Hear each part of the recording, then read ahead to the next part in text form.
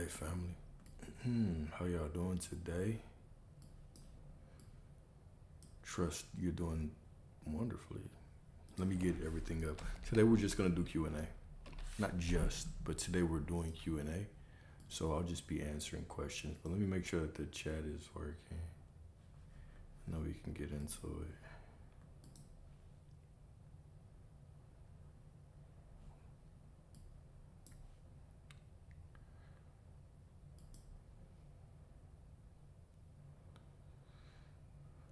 I think a lot of the conversations we've had have been about letting go of like linear timelines.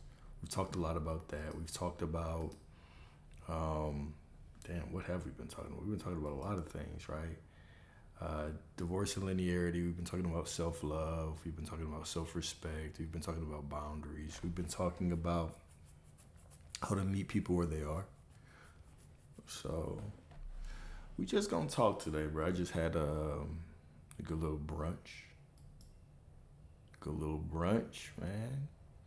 So we just gonna chill. Let me get this set up though.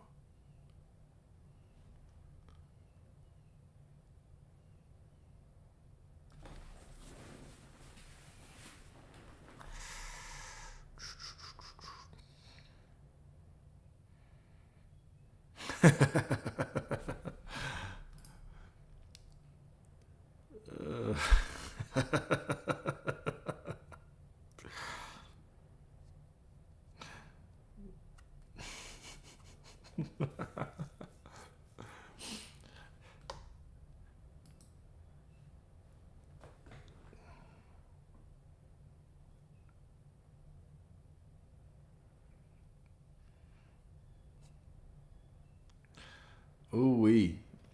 Today is a day. Let's see. Let me grab a water.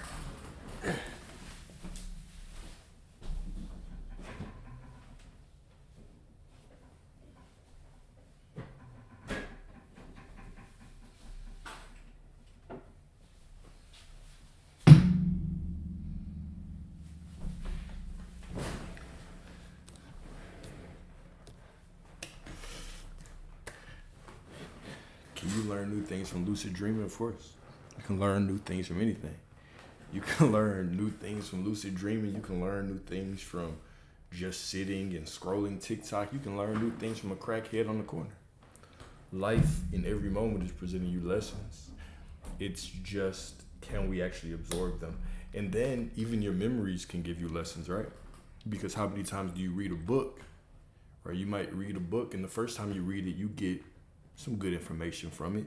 But then you read it again 10 months later, 10 years later, and you get completely new information. It's like you're reading a new book, right? So there's lessons that are always being presented to you at every single moment, right? We are always learning.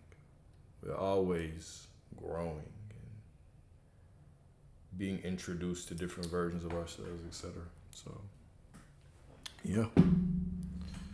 If you ain't learning, you're dead. I meant like a new skill. Okay.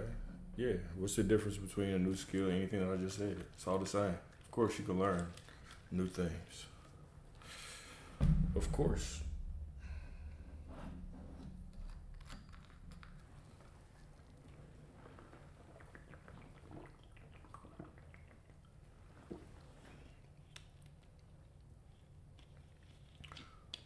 What's the skill regarding following our intuition? What do you mean, what's the skill?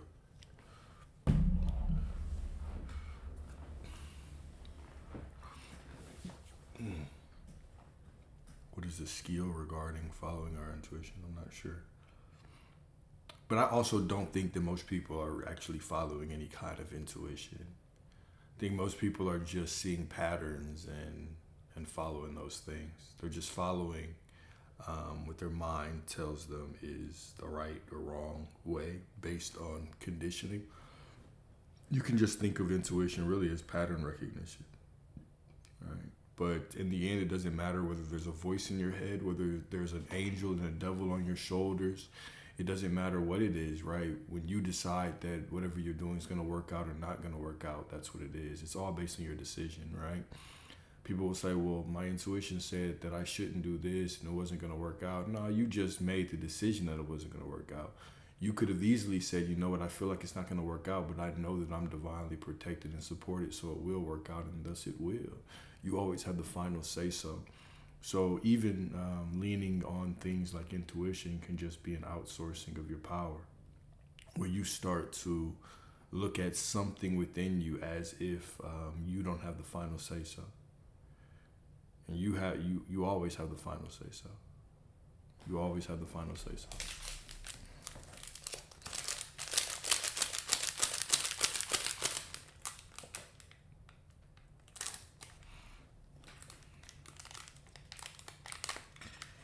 So like as a group, everybody might be running out of questions.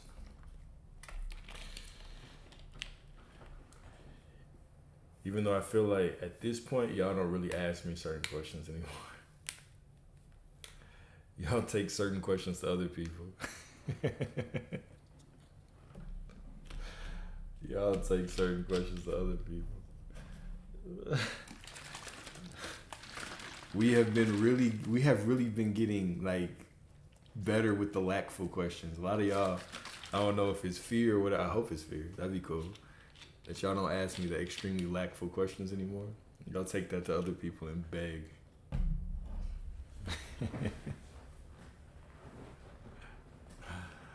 Imagine you never played a piano. Can you learn it by just lucid dreaming? Of course you can, unless you doubt it.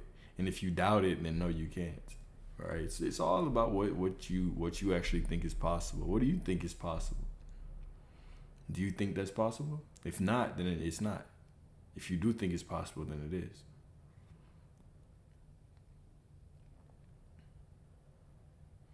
Hell yeah.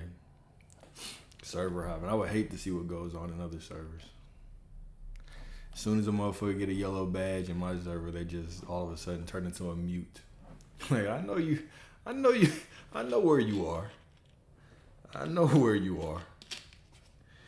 And then some of y'all snitch. Like, oh, it's just certain people I talk to every day. God damn. Every fucking day? You bother a motherfucker about your specific person every day? No wonder you ain't got them. All right, I'm done. But what else y'all got? Let's use this time for you. Okay? When I go to extreme detachment, it feels like nothing really matters. How do you handle that? Well, that's gonna be a personal journey for you, right? It's going to be a very, very personal journey for you to figure out how you can allow life to matter. There's certain people that when they start to go down the path of detachment, it can be very unnerving, and it could give them this sense that, you know, nothing is real and nothing matters, and it can push them into almost a depression, if not a depression, right? And then for other people, myself included, the sense of detachment allowed life to be more beautiful, because now every moment feels like a fresh canvas where I'm painting my own interpretation and meaning in every moment, and I'm not connected to the last moment. It's just an extreme freedom.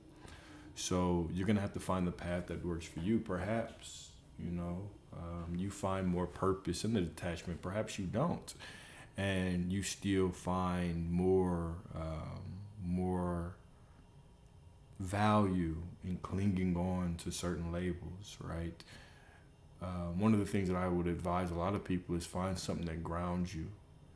You know, find something that grounds you, whether it's fucking baking, you know, whether it's coaching, you know, whether it's your 9 to 5, whether it's trading. Find something that you can completely detach your desire to manifest from, and you can actually be in that space and be connected to your humanity.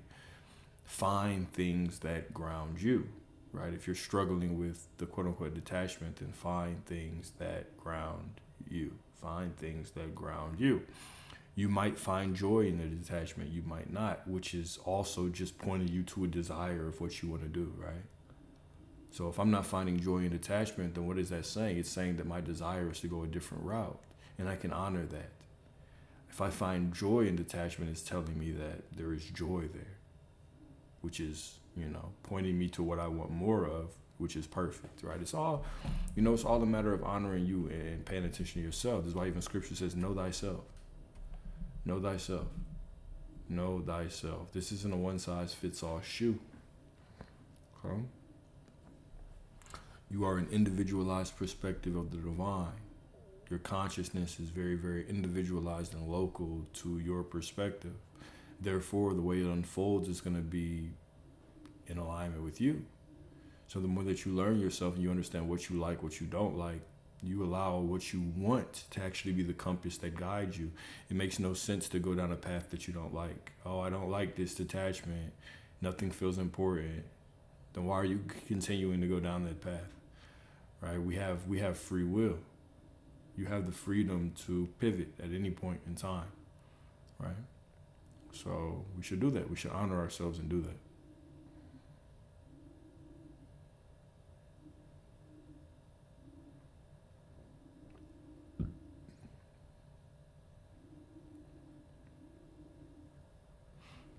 Yeah, there are a lot of other servers out there.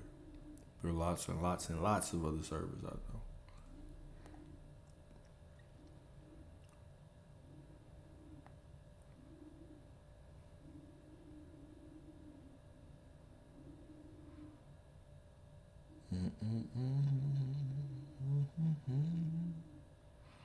What else y'all got, family? 11 minutes in, and we out of questions.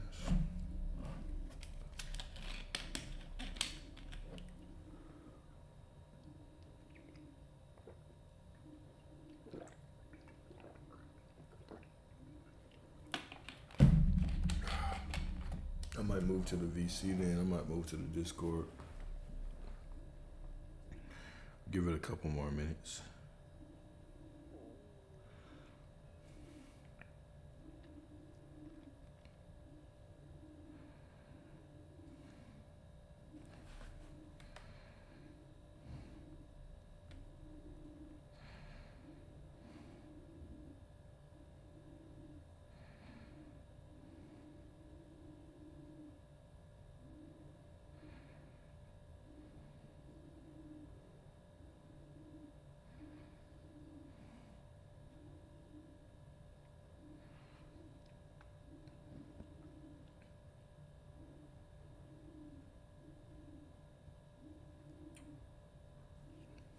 What you mean you need a remote work?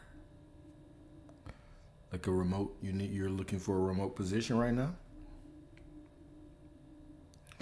Then you already have it. Can you trust that every single moment?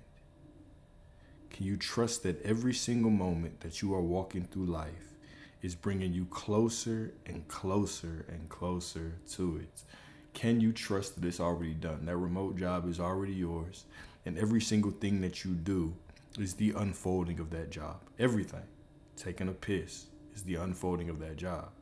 Applying for a job is the unfolding of that job. Getting rejected for a job is the unfolding of that position. It's all the perfect unfolding for you, all of it.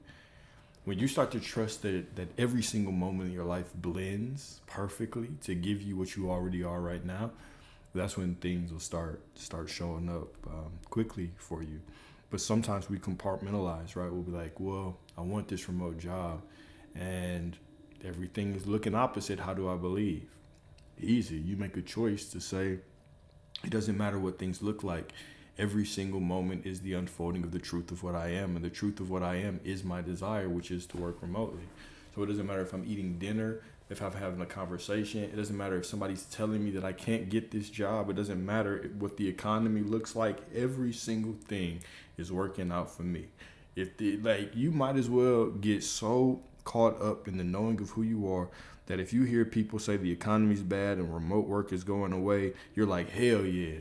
Hell yeah. That means less people to compete with for my job, which means the space is clearing up to give me what I deserve, right? But so often we hear one thing, and instead of actually interpreting it the way that we are, the way that we want to, we interpret it through the lens of lack. We're like, oh, damn, that means I can't get what I want. Doesn't mean that. I'm just saying that, right? What they said doesn't mean nothing. It doesn't matter what the government says, what your mama says, what your sister says, what your brother says, what your dog says, what your friends say, what your SP. It does not matter what anybody walking God's green earth says except for you. And once you start to, really walk in that mentality, you'll see that everything is for you. You have the entire universe on your side. You have the entire cosmos on your side. Point blank, period. And if God is with me, who can be against me? Nobody. Right? That's even in scripture. If God is for me, who can be against me? And God is for you, which means everything is for you, which means nothing can be against you. It's not saying that you're going against people that's against you. It's literally saying that everything is God. Therefore, nothing can actually be against you. It's impossible. You cannot say that God is for you and then say something else is against you, because God is everything. There's no bad guy in your story. There's just you playing the role of a victim and creating an illusion within God where you're creating a little compartment, a little pocket to play victim, but you don't even have to do that. Accepting the truth and honoring the truth about you means that there's literally nothing against you, because God is everything. So how could there be anything against you? It makes no sense. It makes no sense to say that anything is against you. Or what if they don't text? Or what if the job says this? Or what if the hiring manager did this? What about the economy? What about the government? Or what about if they're married? What if they're with somebody else? What if the bill says this? What if the bank says this? What if this? What if that? What if that? What if this? None of that shit matters. None of that shit matters. It's all for you. It's all for you.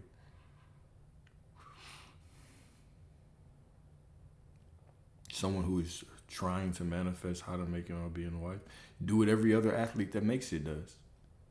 They know that they're going to make it no matter what. And so they live their life based on that truth. And living their life based on that truth probably means that if you know what it takes to make it. You know what it takes. You know what it takes to be a pro athlete. If you're already playing baseball, you know what it takes. Are you doing what it takes? Are you honestly going to look yourself in the mirror, in the eyes, and say, you know what? I'm doing everything that it takes, and I know that this dream is going to come true no matter what. Now, you could make it and looking like you even asking yourself the question, am I doing everything that it takes? It's not even about the work. It's about your own self-belief. Because the moment that you say no, it doesn't matter what you're doing. It doesn't matter if you're practicing once a day, 5 times a day, once a week. If you look yourself in the eye and say, I'm not doing what it takes, that means you don't have the belief and the conviction and the faith that you're going to make it. So you won't. All right? And this is literally a battle of you versus you. It doesn't matter what the coach says. It doesn't matter what the scouts say. It doesn't matter what the stats say. It doesn't matter none of that shit. We see people that get drafted. We see people that make it based off pure potential. The scout sees something, right? So it's literally just about your belief in yourself and allowing reality to bend around that belief. That's it. So what I would say to you is build that conviction in yourself to where every day you are living for the knowing that you are in the MLB. Point blank, period. You are living from that truth. That's it. Yeah, the bald story. It's actually kind of sad. So the government was doing this thing where they were kidnapping men, well-endowed men. So most of y'all on here probably don't know about this because, it was a secret, right? So the government was just kidnapping men with big pieces, big tools, okay? And so you had to keep it a secret though, right? So you couldn't tell anybody who wasn't abducted. So they would abduct us, and then there were different types of rooms, right? There was a girth room, and then there was the length room. And then if you got to the girth, keep in mind, you don't know about the next room unless you qualify for it. So then I went to the girth room, and then the length room. And then I finally got to the end. They said, no, sir, you have too much good things going on. You speak so well, and you're so well endowed, and you're tall. We got to do something. We're gonna take the hair. I said, it's a sacrifice I'm willing to make. And so then they let me free. So that's how I went bald. All right. I know most men, y'all don't know about this because I didn't see a lot of y'all there. No shame, though. It's no shame. It wasn't for everybody, right? Your SP, she still loves you. She still loves you. Don't worry. Just don't let her come across me. Don't let her come across me, but she still loves you. She still loves you. So, yeah, I had to sacrifice. I didn't want to. I can't be too much. She was like, leave some for the rest of them. Leave some for the rest of them. So, yeah. Yeah, it was crazy. It was crazy. The girth room was actually pretty small. The length room was cool, but not everybody's had the length and the girth. Some people just had the length, some people just had the girth. But the girth and length room was very, very scarce.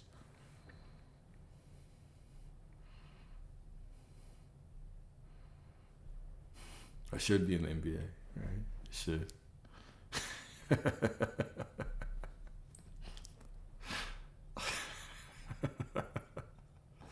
No, it's actually live. It's not a playback. It's actually live. You're super tough. You should be in it.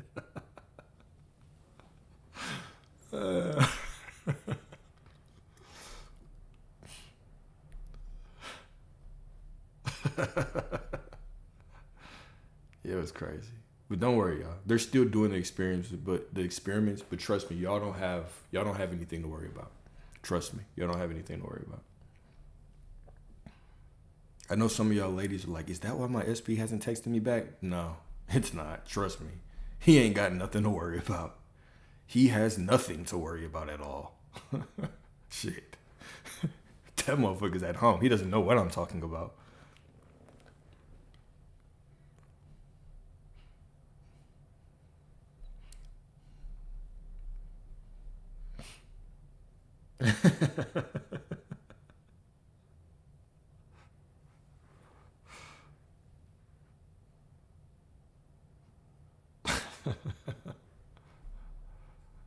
I can't believe I just their room, bro. Fuck that room.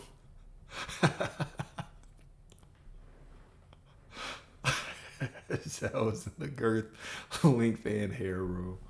Fuck that room. I didn't even want to be in there anyway. I didn't really even want to be in that room. Said if my neck hurt in Vegas, I had to keep looking. Yeah. Glow is absolutely correct. I was, just so super tall. So tall. Thank you, Glow. Thank you. I wish he really got abducted instead. He might have been abducted too.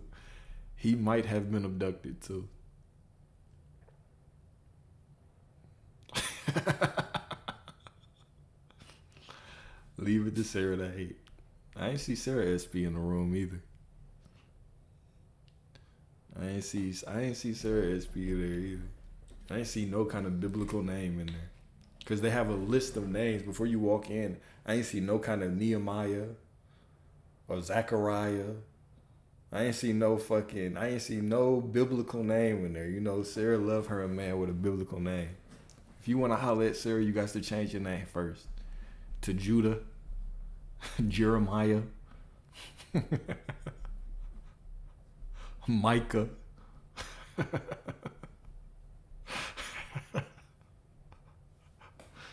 You got to change your name first. Sarah trying to collect all the biblical men like Pokemon.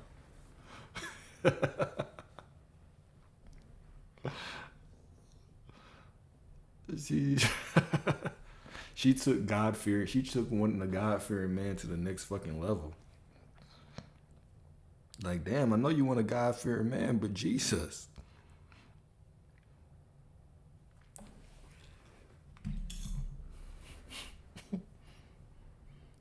Lately, been manifesting having more energy so I can be more active to get things done. One thing that I found practically about energy is that the more that I use, the more that I have.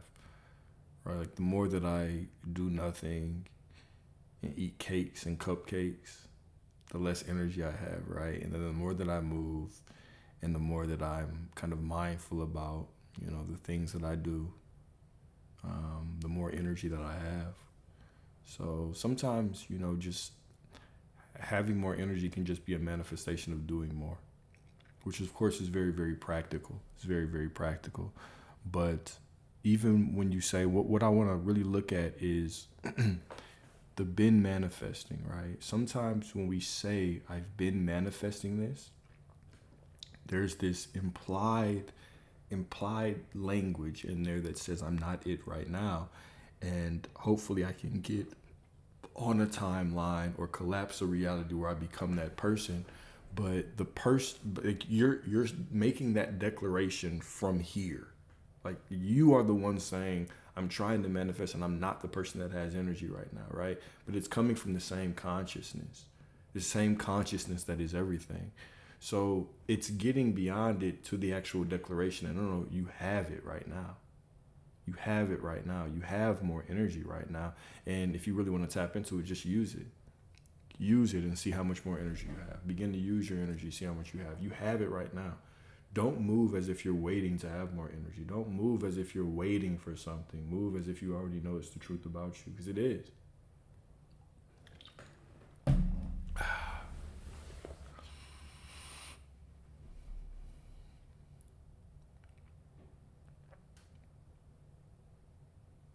Yeah.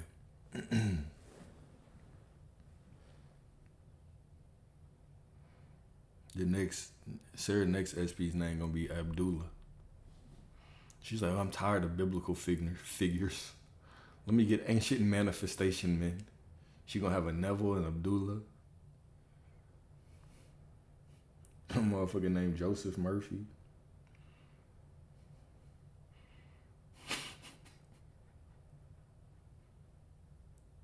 I love you being here. I'm glad that you like listening to me. That's where I found, and many others get stuck when the feeling doesn't match the new declaration. Yeah, that's fine. But we also put a lot of emphasis on feelings, right? Which can keep you stuck. Because really, why the permission slip feelings don't matter is given to you. It's because sometimes we can mistake a truth for a feeling. And if I say that I'm with this person or I have this money, if I think that equals I'm going to feel good all the time, then I'm not actually making the declaration that I'm that person no matter what. What I'm trying to do now is I'm just trying to manage my emotions. The nature of emotions are the emotions change. You've never experienced an emotion that has shown up in your life and has stayed forever. None of them do, right? You've never experienced happiness that just showed up and got stuck. You've never experienced a thought that just showed up and got stuck forever. You've never experienced a moment that it showed up and got stuck. So these things, the nature of these three things, the unholy trinity, the feelings, thoughts, emotions, is that they're constantly changing. That is what they do, is that they fluctuate. And we call that the human experience. When we put all those things together, we call those things the human experience. Now, because of this, if I try to say that I am prosperity or I am love or I am in this relationship or I have this money or I have this energy and I base it on just my feeling alone, well, then what I'm going to do is I'm just going to be trying to manage my feeling. I'm going to be trying to make myself feel better all the time. So I'm just going to be chasing the emotion. So instead of me living life and actually going with the emotions, which actually allows the emotions to tone themselves down. It's the more that I live life, they tone themselves down. But instead of that, I'm going to be trying to chase them. I don't feel good. I want to feel better so I can know that I'm prosperity. And if I feel good, then I don't want to feel down. So I'm not even enjoying feeling good because I'm thinking like, how long is this going to last, right? So it becomes this new thing that I'm managing, right? Instead of just being and living. Because even if you had money, doesn't mean that you'd be happy all the time, right? The moment I got a lot of money, I was really happy until, that tax form came and I was like, what the fuck is this? What the fuck is this? 40%? What the fuck? Right? So it's, so if it ain't one thing, it's another, right? And then you still had things that happen. You still have family things. You still have things that you had to take care of, right? So it's not that you are prosperity, then all of your problems disappear or all of your emotions disappear. It's not like even like you get in a relationship and all your feelings disappear of feeling down. Sometimes you get in a relationship and you start getting slapped around even more, right? You got in a relationship because you simply thought that Moses was going to part the Red Sea. And while Moses was parting the Red Sea, Moses was also parting them demons within you and exposing certain things that were within you that you needed to work on too. So there were a lot of things that were being exposed, right? So it's not like you just walked in the relationship and all of a sudden it's like, freedom. Like I just have no bad feeling ever again. You walked in that relationship and other things came up. It doesn't change that you are loved. It doesn't change that you're in a relationship. The same way that you and I have a car sitting outside. If I get sad, that car doesn't evaporate. If I get sad, the money in my bank account don't evaporate because it's in me. It is me. It's not based on my emotions. It's just the truth of what I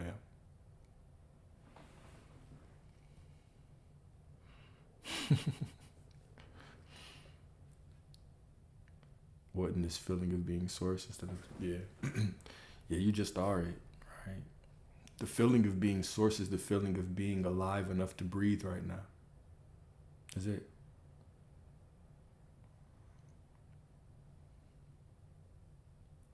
The feeling of being source is the feeling of being alive right now. Breathing. My heart beating is the feeling of being source.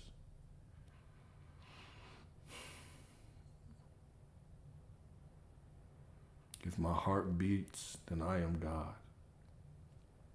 If my heart beats, then I am God. What's up, Roxanne? Are you new? Is that a new name, Roxanne? I love a new goddess in the chat.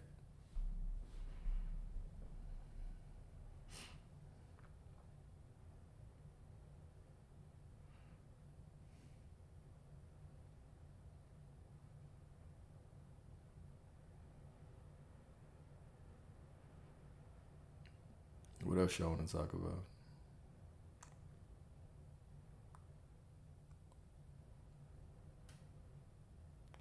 How do we enjoy the present with our SP when there's certain things we want to change about them? God damn. Like, what you mean? What you want to change about them? What is it that you want to change about them that's keeping you from actually enjoying them right now? Sound like you don't even like their ass.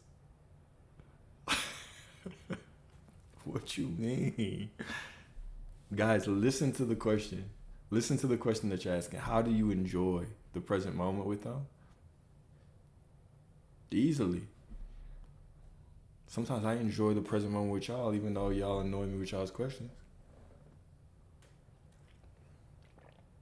This moment is enough, right? So can you allow the moments that you're with that person to be enough? Even if the truth of what you are is still unfolding. Because this is what you got to realize. The person that is showing up in front of you, not what you got to realize. Let me take that back. It's not what you don't have to realize shit. I'm not attached to what y'all realize and don't realize. When you have a desire for this person to be more communicative, or you want him to grow so he can be abducted by the government, he can get into the girth length room. All right? If you want this, that is your truth. That is your truth. Okay?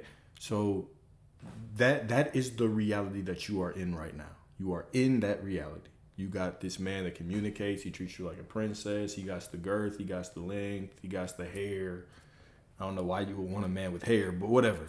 It's beyond me. All right. So he's got all these things going on for him. But right now, this situation, this mirror, this circumstance is not reflecting that immediately. All right. Now, I can still enjoy this moment, or I can completely disregard it and set a boundary and say, I don't want to deal with this person until the version of him that I want shows up. How you handle it is going to be completely up to you. There's no right or wrong way. There's no right or wrong way. It's like there are certain people that will say, I'm with this person, but they're with somebody else. And it just hurts them, it breaks their heart. They're only able to see this person, a few times. And, every time they're with them, they want to bring this up and they want to have this discussion. And they're just breaking them down and they can't stay in this identity. Well, then in that case, I would advise you to leave. You would say, well, honor yourself. Honoring yourself must mean, okay, well, if I feel like I'm not getting what I want right now, I'm not going to put up with it just for manifestation's sake. But there's other people that say, I don't give a damn. It's mine. I don't care what they're doing. Like, you can act like that's who you want, but I know that you're with me. And those people can just sit through it and deal with whatever. It's about you. It's about what you want. It's about what you can handle. It's about what you are comfortable sitting in and still remembering your truth as in that moment. So that's it. That's it. There's no right or wrong thing to do. But we know when we're abandoning ourselves. Right? Some people, they won't set the boundary because they're saying that they're with this person, but they cannot deal with setting a boundary and standing up for themselves. So every time they're with this person, they suffer and they wonder why they're in the same circumstance for 3, 4, 5, 8 years. Because every time the same circumstance comes up, we talked about this yesterday in the lecture. When the circumstance doesn't mean anything about you, but the circumstance becomes a mirror. When it shows up, it elicits a feeling. It goes in the storehouse of you, right? Circumstance shows up. And within you, you already have assumptions of who you are, beliefs about how this person is. You already have all of these stories and memories and things like that. So the circumstance shows up. They're doing something else. You see them with somebody else. They haven't chose you yet. Reality is looking like something. And what it does is that situation penetrates you and it brings out your doubts and your true beliefs about yourself. And then you react to the circumstance based on that belief. And so now you attach that belief to the circumstance. You say, well, this is showing up because I believe these things. Well, no, that circumstance was just showing up. It has nothing to do with you. It's just showing up. But now all these emotions, you have emotions that are showing up because of that. You have beliefs that are showing up because of that. And now you've taken these beliefs and you attach it to this thing. You say, that's the reason why this is happening, and now you stay in this loop because you're the one who's attached your belief to it. And now you get similar things. And if it's difficult for you to work on that belief while still being in the presence of this situation, then you shouldn't be in it. I would not, if every time I'm around somebody and I want to be with them and I'm thinking about them with somebody else, I'm not going to be around them.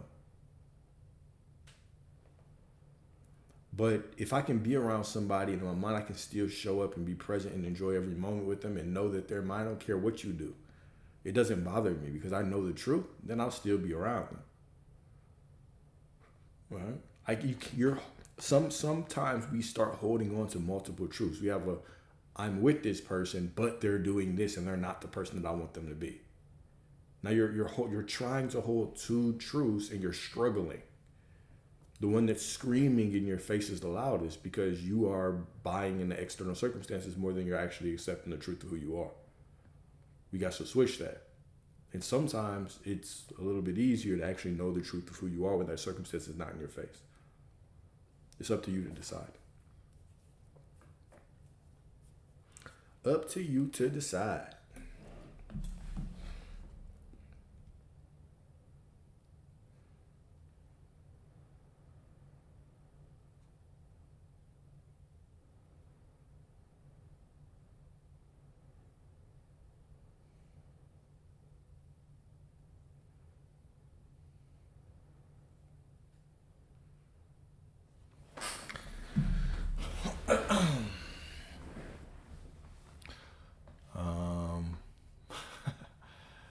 What should you do if your SP told you that he's having a girlfriend? Would you want to be with him? I mean, really, you don't have to do anything. You shouldn't do anything. You just got to know who you are. That's all. You just got to stand firm in what you accept is true for you. There's really no doing to it. There's just a belief. What do you actually think that you're going to gain from this person being with you?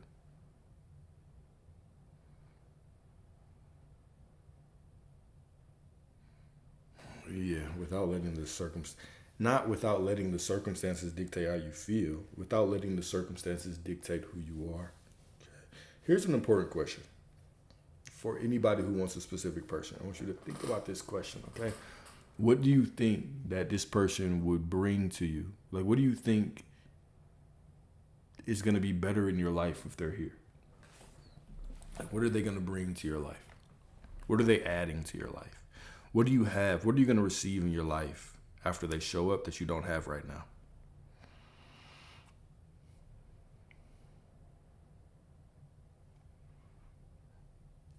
What are they adding to your life that you don't have right now?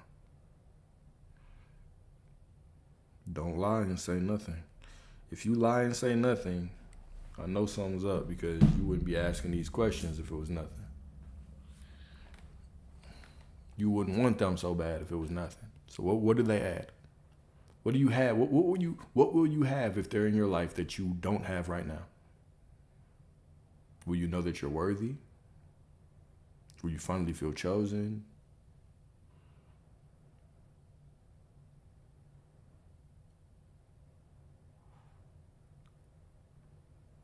What is it? Don't get quiet and shine now. Companionship and that.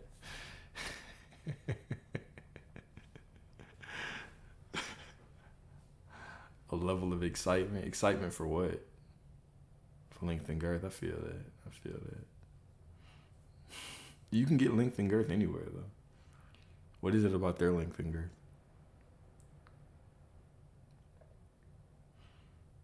You can get that PP anywhere. A lot of y'all can go out on the street and find some PP like that. Like, what is it about this PP?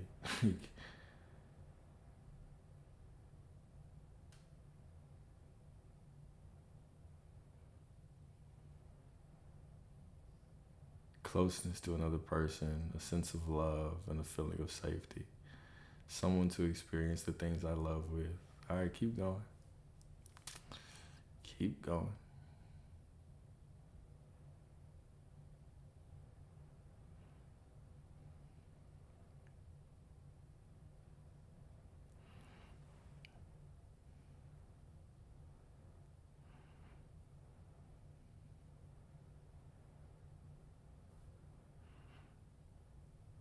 These answers suck. These answers really are horrible.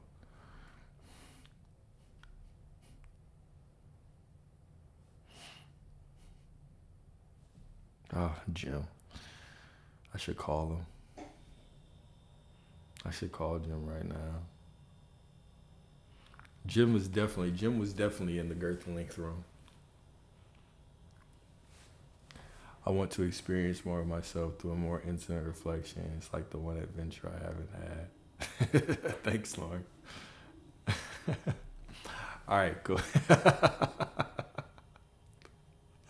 Appreciate you. Go. He does deserve to be called by his full name. It's not Jim, it's James.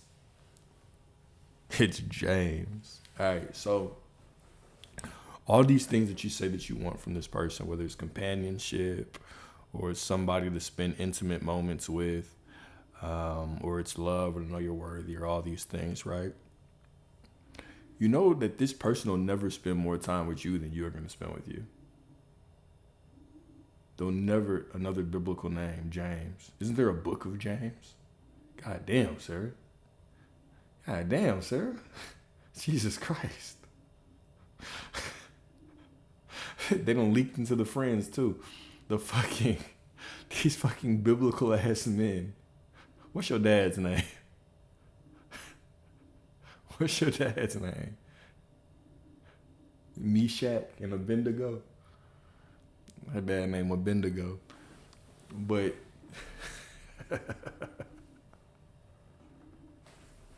Ezekiel.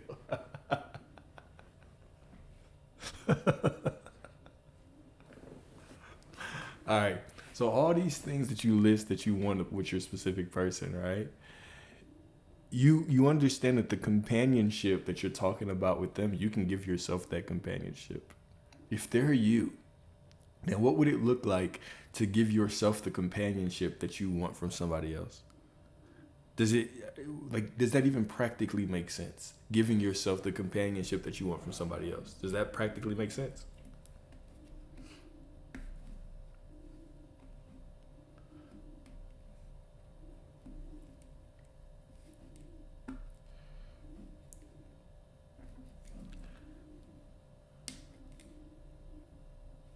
I keep telling you I don't know how to do that. It doesn't make sense. Okay, cool. All right. If you were you right now, if you were you, okay, if you were your best friend, you're tired of hanging out with you all the damn time, you're never going to stop hanging out with you. I hear you, but that lack for response is not an excuse. You're never going to stop hanging out with you. You will never get to the point where you don't hang out with you anymore. This person, the person that you want, is only going to see you the way that you see you. And so we walk around saying we don't like hanging out with ourselves and then wonder why a motherfucker won't stay. Duh, it's you. Reality is you. So if you don't like yourself, you don't like hanging out with yourself, you tired of hanging out with yourself, you better find some more creative ways to like hanging out with yourself. I know what you said. I know you ain't say you didn't like it. But if you get tired of it, or if you don't like it, then you better find some more creative ways to fall in love with you, because there's nobody that's going to spend more time with you than you. In every relationship that your relationship with yourself sets the tone for every other relationship that you have.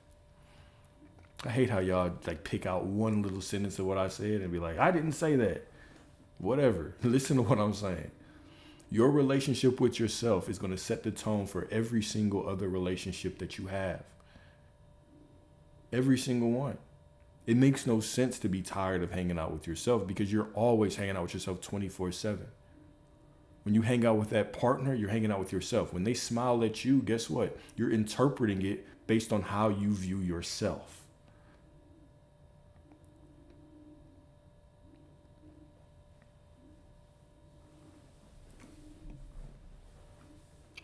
When they tell you that they love you, right? When anybody tells you that you love you, that they love you, right? You can only accept that as much as you accept that you're lovable. Right?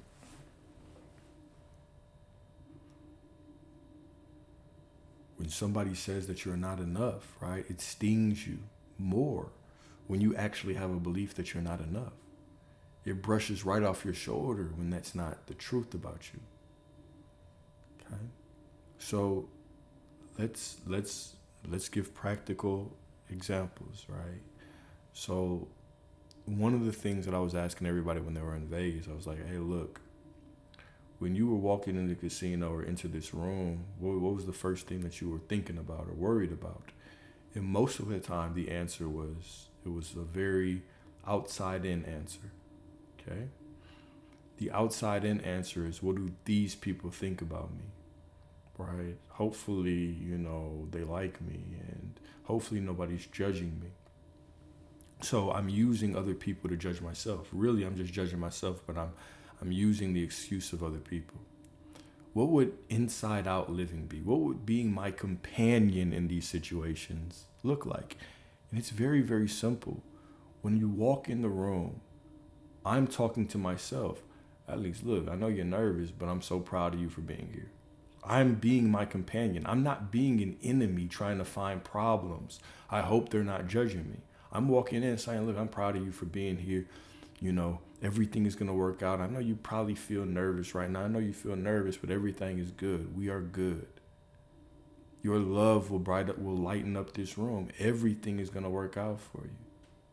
Before I go to sleep, I'm telling myself how I'm so grateful that we made it through this day together. I'm so grateful that all of your desires are coming true. I'm so grateful that I'm able to have this experience of sleep with you. I'm so grateful that life is unfolding for us together. I make my life about the relationship with me and me. It's not walking around saying these vain words, right? A lot of y'all are just, oh, I'm love, I'm love, I'm love. Because you think that if you say it enough times, it's somehow going to manufacture some person to show up in your life to love you in a way that you don't even love yourself. Nonsense. It won't happen. It won't happen. Your whole life is just going to be a byproduct of how you see yourself. It's about you. It's about you. It's about accepting your truth and walking in that truth and then allowing the world to actually reflect that truth back at you. It's about you. It is about you in the most literal sense. In the most literal sense, it's about you. When is the last time that you actually did tell you that you loved you? When was the last time you looked at yourself in the eye and you said, you know what, thank you for getting us here. Thank you for getting us through all the shit that we have been through and getting me here. And I'm so sorry for constantly ignoring you. And all I ever seem to think about is my specific person. But maybe I should actually think about you. All I seem to think about is, this other person out there. Maybe I should actually think about you more.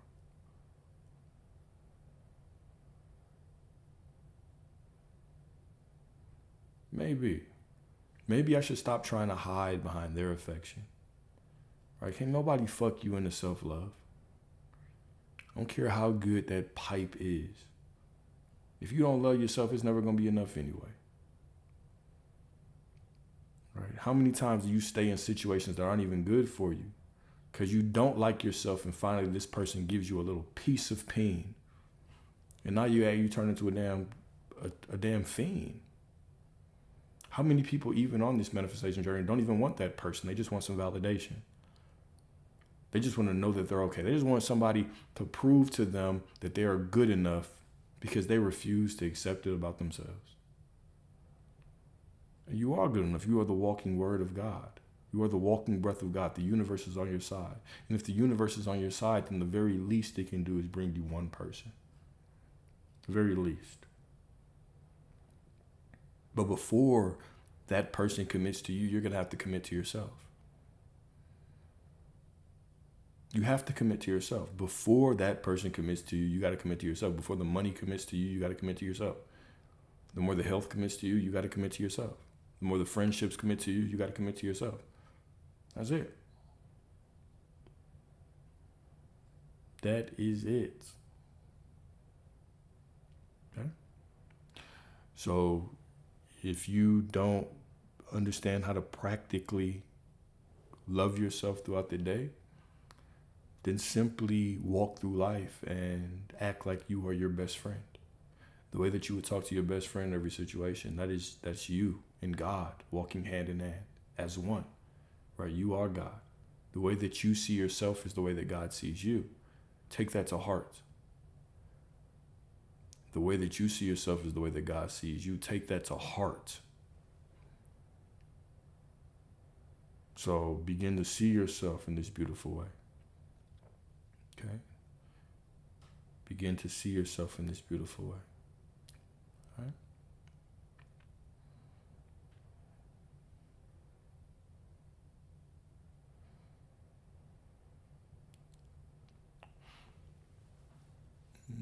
What do I mean by commit to yourself? I mean, treat yourself like you're your best friend. I mean, if God sees you the way that you see yourself, then the only thing that matters is the way you see you. Because the way that you see you is the way that you see you is the way you automatically begin to look through other people to you. If you really knew you were irreplaceable because there was nobody else, there was only you, then you wouldn't be trying to make this person look at you differently so they could be with you. You wouldn't have a sense of inadequacy when it came to somebody else because you would just know who you are. right? This person is not actually making you feel inadequate. This person just serves as a mirror that's bringing up how you believe, like what you actually believe about yourself. Okay? And so if you believe that you're unlovable, you can look at this person all day and you can affirm until you're blue in the face that they love me and I'm love and I'm love and I'm love. But if you don't actually make the I'm love about you and you're making it about that person instead, I am love so he loves me, instead of I'm just love and I love me. And I think why I'm we say this in so many ways, right? Like every lecture says the same thing. And I get it. Sometimes we can be so consumed with wanting somebody that we can't hear this. And that's still perfect. That's still perfect. Even your suffering is perfect. But this is a choice that you have to make. And we all have to search our own souls. We all have to look in the mirror and say, this is what I've been doing. It's one thing for me to yell out that you love me. I'm love, so you love me. I'm love, so you love me. And it's completely externally focused. It's another thing to say, I love me, point blank, period. There is no you involved. There's just I love me. The magic thing about that, the paradox about that, is when I actually do make it about me, everything else makes it about me too. When I make it about it, I'm saying that I don't have it. So it must walk away. It's the same thing with money. It's the same thing with health.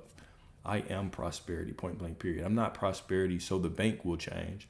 I just am prosperity. I'm always taken care of. Like, even without money, I'm taken care of. If I could lose it all and I'm still taken care of.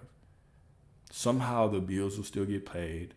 Somehow the cars are still going to be maintained. Somehow there's still going to be food on the plate. I just am prosperity. One of the symbols of that prosperity is money. Money just shows up because I am the money. Because I am the money. So it's all the same. It's about I know myself as love. I'm the source of love. Therefore, love shows up. I know myself as money. I'm the source of money. So money shows up. I don't worry about it. I don't check it. I know what I want. I don't stress about the process of getting money because I know that money it just is me. So my desire, I don't need to stress about it. I don't need to stress about it. Because I am the money. I'm the source. My consciousness was what told me, hey, you want this amount so you can get that. Me stressing about it makes no sense. And I don't know how it's going to come, but I know that it's already here. Because I am the money. I don't need to stress about how that person shows up. It's already here because I am the love. And the more I love myself, the more that everybody around me seems to love me.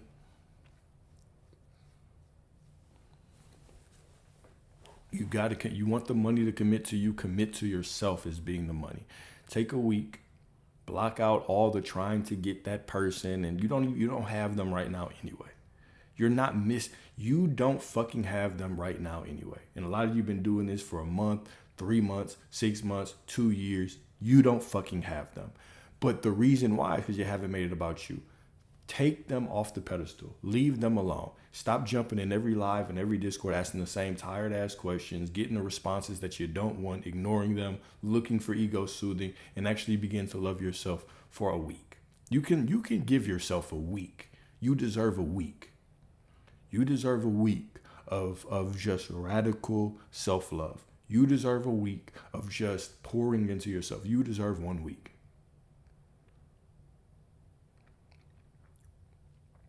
You deserve a week.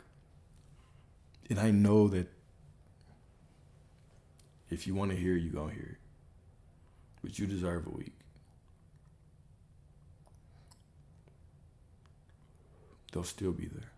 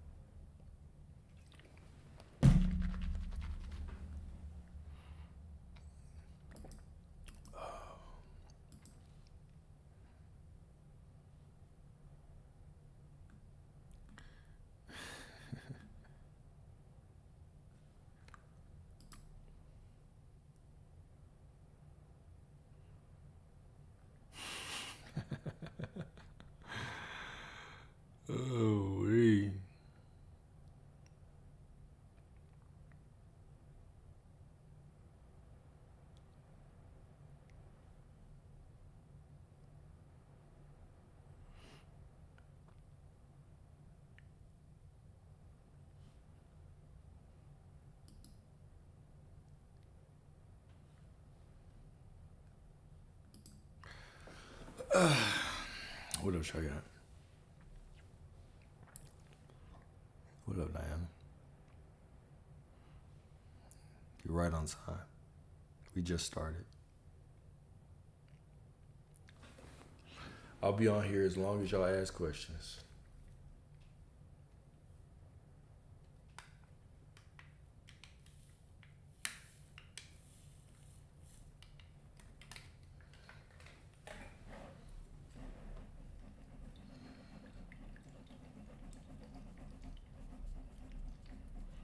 No, it's just Q&A. It is a beautiful Sunday. Is this a self-love challenge? Nah. I guess, yeah, we can call it a self-love challenge. I think I'm just under the belief that if the idea of me putting that person aside and just, focusing on me for a week, if that scares me, then I haven't really accepted that my desire is guaranteed, which means it's not guaranteed, which means I don't have it, which means I'm trying to do something to get it, right? So all the challenges and the words and the language that are used are always introducing us to ourselves, right? It's like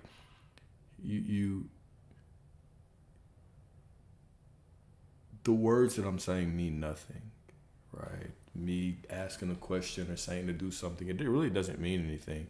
It's taken differently by different people based on their own beliefs and fears and things like that.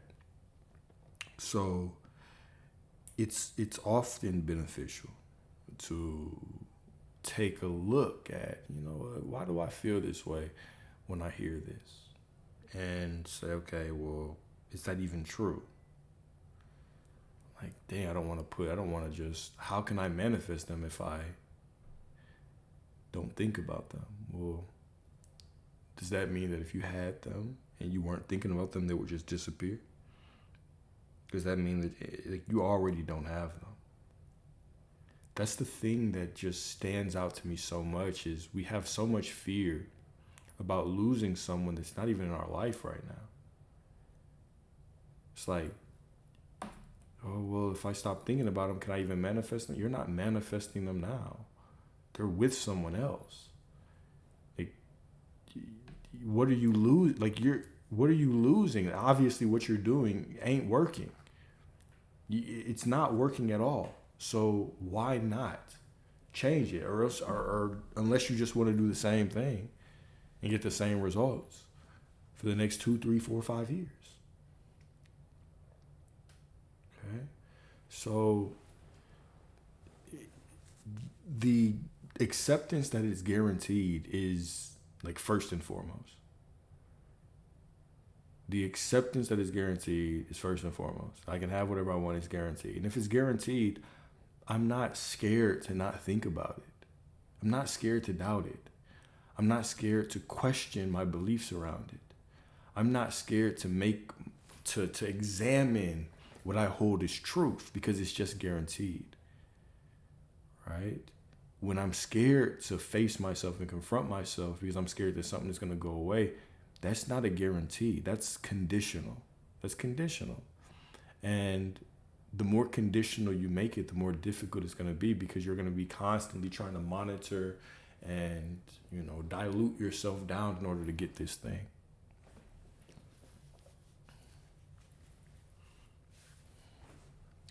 Is there truths then about learning from the past? Of course. There's truth about learning from everything. What can't you learn from? Right? What can't you learn from?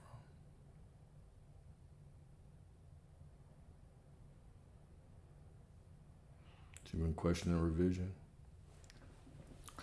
Yeah, it's all a choice. Okay, it's all a choice. Whatever I say it is what it is anyways, right? So I can make the decision that everything is already unfolding perfectly, and that's what it is. But I can also revise, because to be honest, you're already revising in every single moment. Right? You're already revising. You're already choosing memories. And it's the conversation that Lauren was having in the Discord. I think yesterday, right? Earlier yesterday, tomorrow, yesterday, the day before yesterday. I don't remember. Maybe it was today. But it was that, and they kind of gave my take on it. I'm going to just give my take. I don't want to paraphrase someone else. Fucking fuck up the whole, I'm going to fuck up the whole quote. But anyways, Lauren was saying something profound, and I followed it up by saying that memory is like this blob, right? It's like this blob. I used to look at memory as this sequential thing that was solid. And the moment 10 years ago led to a moment 9 years ago, which led to a moment 7 years ago, etc., to get me here. And all of it built to me right here. But now I simply see memory as not a orderly, structured thing, but just a evolving blob that I can simply access to define who I am right now. So it's just simply me choosing who I am right now. And based on who I am right now, I can even access certain memories differently. So the past isn't why the present moment is the only creative moment is because even when you're accessing the past from this moment, you're only accessing the past to justify who you are. You're either saying that happened in the past, so I am this person, or that happened in the past and I don't want to choose that anymore. But you can completely bypass that by just choosing who you are right now. Okay? In every moment, you're already doing this. Every moment, you're already selecting who you are, which changes the way that you view your past. We see this in breakups all the time, right? You're sitting here crying, oh, she left me. She cheated. She was with a guy. He was in the girth and length room, and I wasn't. And now all of a sudden you're crying about her. I can't believe she did this to me. She's such a whore. And then 5 years later, you're with this other woman who likes little. She likes a little man. She likes a little petite man. And now you're like, oh my God, thank God I went through it with her, because now I'm glad that I'm with this one. And she actually accepts me. Like, so we start looking at the past differently, naturally, just because of who we are right now. It's all about who we are right now. It's all about who we are right now. Yeah. We give the past the power to dictate who we are, but we don't have to. Because the past is just listening to who you are right now. You ever been in an argument and you are so frustrated you can only think of things from the lens of who you are right now? And then you get a little bit more clear-headed later on, and you're like, oh, fuck, I should have said this and this and that and that. Those memories weren't accessible to you? All right, cool. Have you ever, this is on a small scale, not even a small scale. This is the same way that just memory is accessible based on who you are in every moment. Who you are in every moment. And everything isn't always.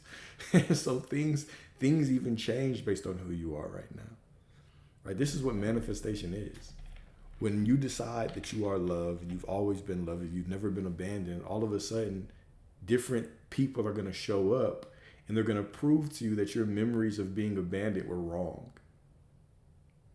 It's all the same.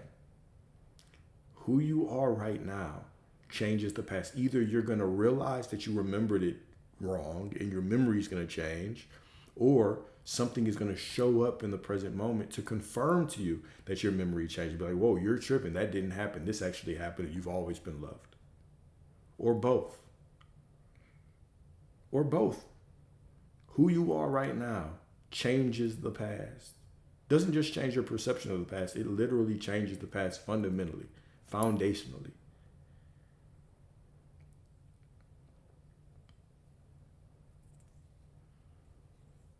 Right? We're always just choosing to remember.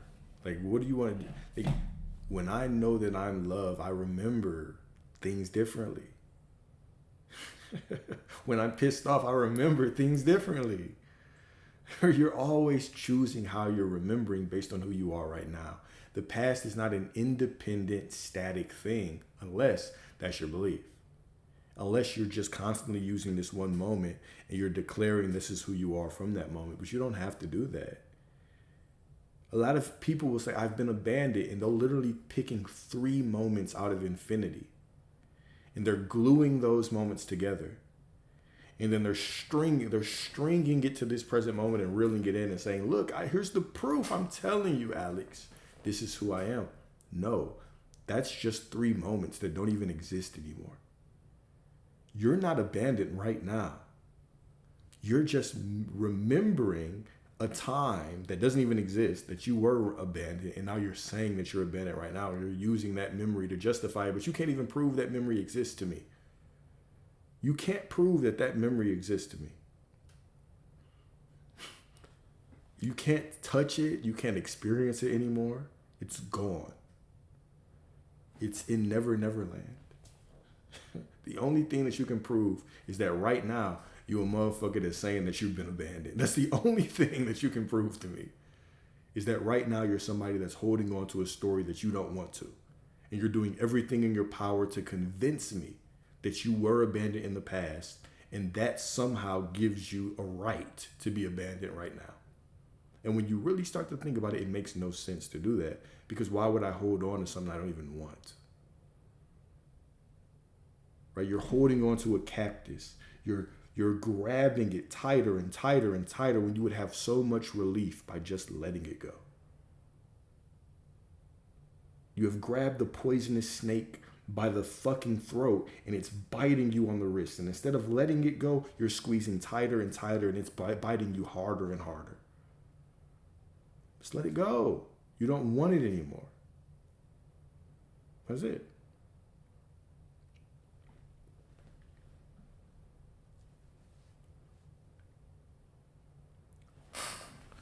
Recognition of I already am is key. The illusion of lack keeps us chasing and affirming I am not. But the truth is already I am and always have been. Not dividing. Exactly. It's so simple that we make it complicated. But you are everything that you desire to be without speaking. Without a word or a thought. Your core essence is I am everything. It's not a matter of becoming anything new.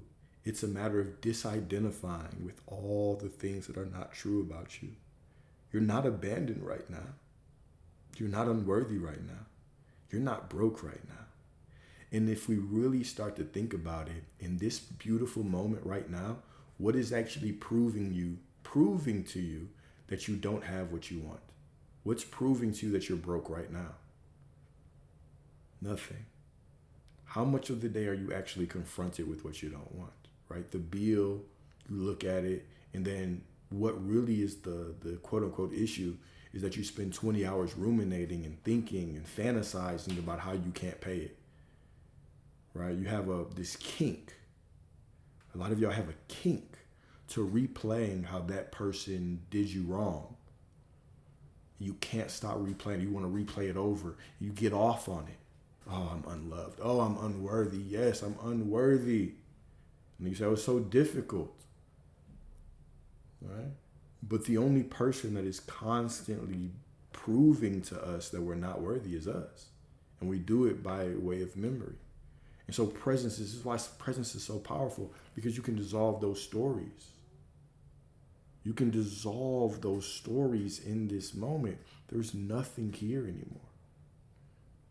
There's no remnants of that right here in this moment. Unless you're thinking about it and attaching to it. You at your core, at the level of being, you're already enough. You don't have to become enough. You just got to stop arguing against your truth. Your truth is that you're enough. Yeah, I was on Erica Live earlier when she called me out. I tried to sneak in and watch for a little bit, and she was like, Alex, hey, whoa, Erica, stop. I'm trying to sneak around. I'm trying to find my wife in one of these comment sections. Y'all calling me out and shit. But yeah, I did see one potential in one of her comment sections today. was like, oh, okay. A conscious goddess. Ever since Sarah told me that I need to find a wife, or I'm going to find my wife, I've been on it. I've been hunting. I've been hunting for the wife. You know.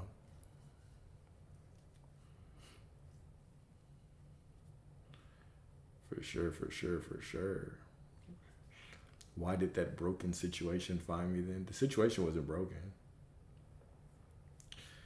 But it can't escape your definition of it. The situation wasn't broken, but it cannot escape your definition of it. Therefore, it must play the role of a broken situation until you let it go, until you free it from the prison, until you free that man from the prison of you thinking he ain't shit. He has to play the role that you've given him. Therefore, y'all both suffer. Until you can free that situation from the title of broken, it will continue to play out that prison that you put it in, and you will both suffer. No need to hunt. She'll come to me. Thank you, Nat. Thank you, Nat. Thank you, Nat. And Sarah look great. Sarah over here parting the Red Sea. We finna call Sarah. Let's give Sarah a new nickname. I don't like Sarah the Creator. It's not biblical enough. I'm thinking Sarah is a biblical name too. Sarah is a biblical name too.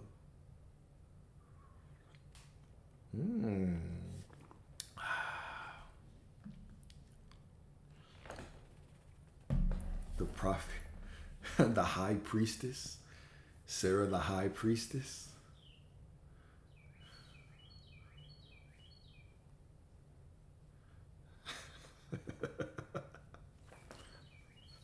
Sarah the high priestess.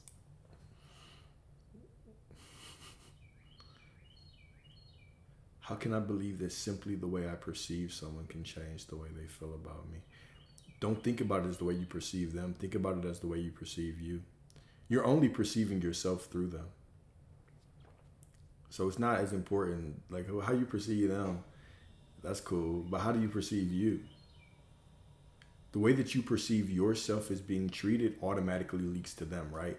So for instance, if I see myself as someone that's always cheated on, it's going to be very difficult for me to try to see this person as not being a cheater when I already think that I'm always cheated on. So they're just going to play out the role that I see for me, and then I'm going to be like, damn, they do. It is true about me that I'm always cheated on. Well, of course, because you said that. So more so focus on the way you see yourself. More so focus on the way you see yourself. And then allow that to automatically change the way that you see them.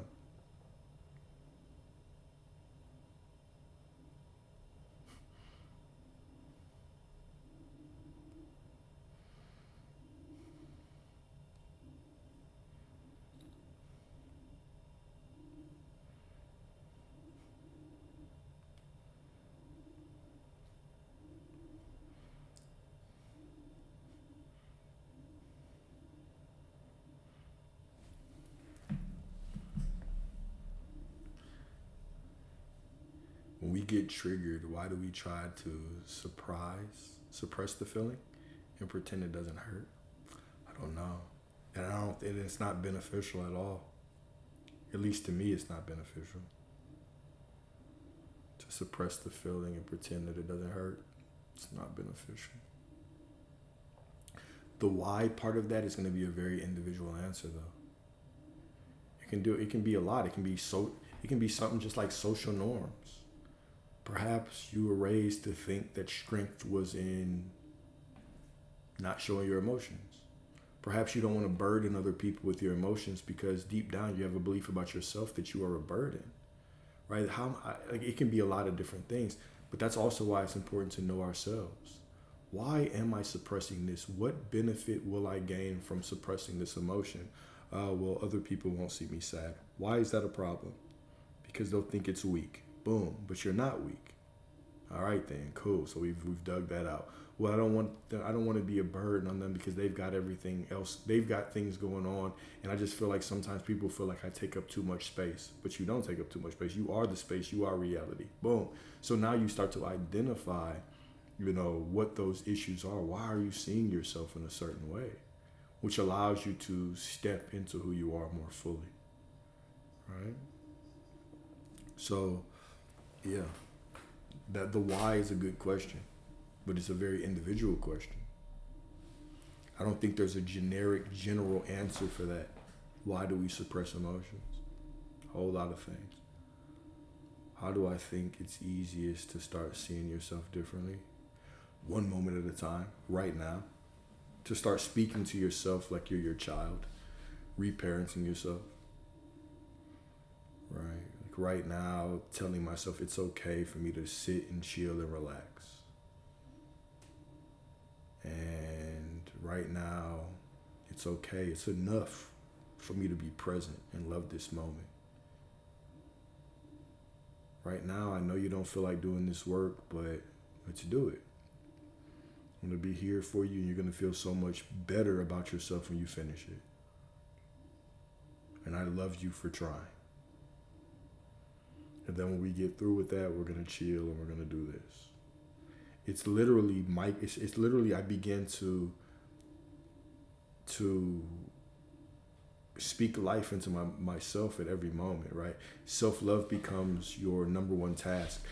Because sometimes manifesting a specific person can become somebody's number one task, or manifesting money can be somebody's number one task. But all that is saying, that you're trying to manifest somebody else or manifest money or whatever the case may be, all of it's the same. And it all just has to do with you seeing yourself differently. So if you're trying to get something out there, what you're really trying to do is know yourself more as that thing. And so the more that I know myself as love, the more I treat myself as love, the more I know myself as prosperity or love or health or wealth or, opportunities or lucky, the more that I know myself as somebody that's in alignment with God, the more that those things out there show up, because they're just symbols of how I see myself. Right? This is why deep down, if I see myself as someone that's always cheated on, I can try my hardest to see this person as some motherfucker that won't cheat, but guess what? They're going to be sneaking and geeking. They're going to be sneaking and freaking. Throwing ass Monday through Friday. Right? Because I've seen myself as that person. So it's about seeing ourselves differently. And that can look different for so many people. Seeing yourself differently can look different for so many people. Ooh-wee.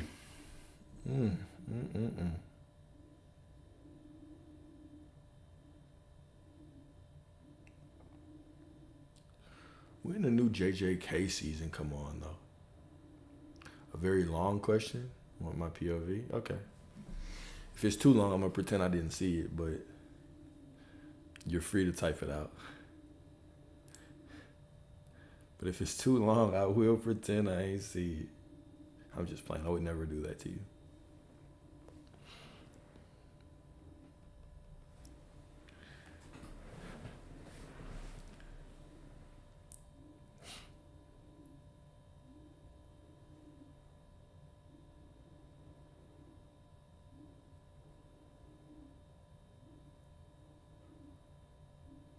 Oh, Princess Nat 40. I did see you on Erica's live.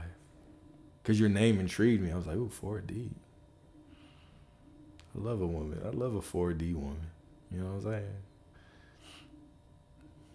I love an esoteric, mystical goddess. I think I even went on your page. I was like, let me check this out. I think I saw a couple plants on that page too, right? If I'm not mistaken.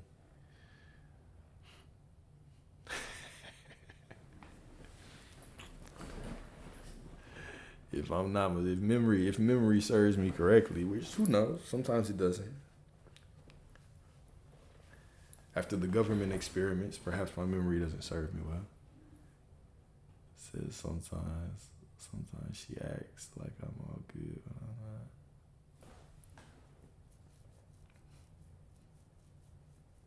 not. I'm not flirting, guys. I'm not flirting. I don't flirt.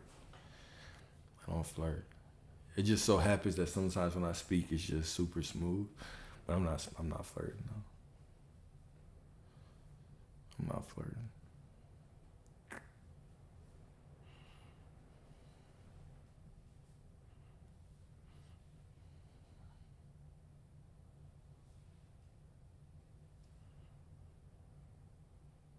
Oh, y'all out of questions though?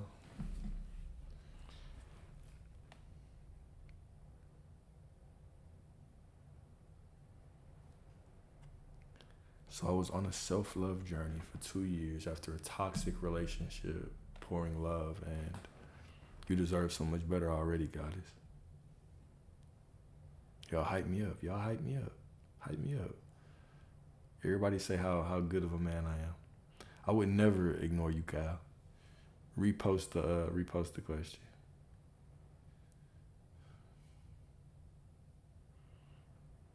I would still love you if you were a grasshopper. I would still love you if you were a grasshopper, if you were a worm. You know what I'm saying? If you were an ant, all of it.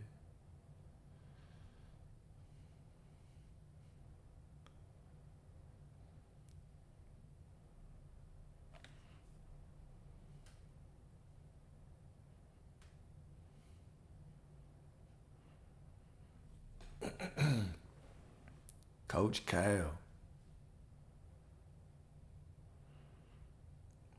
I would still love you if you were a roach. For sure. Even if he was a door, yes, absolutely. You'd be my favorite doorknob to turn. You'd be my favorite doorknob. We'll polish you and grease you every day. You know, most people don't clean their doorknobs because most people are nasty. Most people don't clean their doorknobs. Most people don't clean their light switches. But they sneeze all over their hands. They flick the light switch all day. And they wonder why they get sick. Right? See, me, I'm a doorknob cleaner. I'm a light switch cleaner. I'm very clean.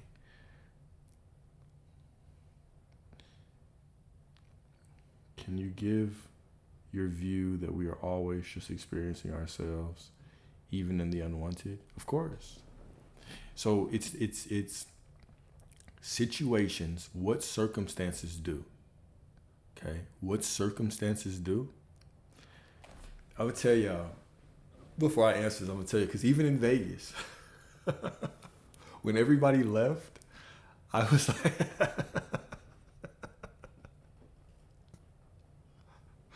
the way that I was trying to like clean like the room area that I was trying to sleep in and shit was like,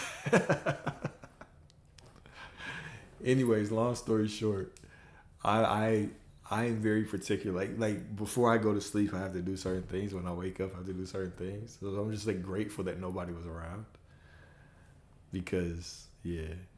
But anyways, how do we experience ourselves and things? You experience your beliefs.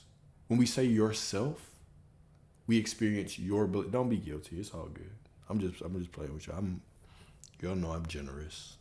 I just like to talk shit, but y'all know I'm generous. Y'all know I love y'all. Y'all know I love y'all. But every circumstance, don't think of the circumstance as a direct reflection of you. Think of the circumstance as something that pulls a belief out of you so you see who you are. Meaning, the text message doesn't mean nothing about you, but the belief that you have about the text message speaks to you, right? You're not responsible for the no text message. But when you have a belief that comes up that says, because I received this text message or didn't receive this text message, I'm not worthy. That's what is there. That's what is being brought up. But what's being brought up has nothing to do with that text message. It's just a belief that's showing up. And now you attach that belief to that message or to that circumstance or to that bill and say that you're not enough. That's it. That is it.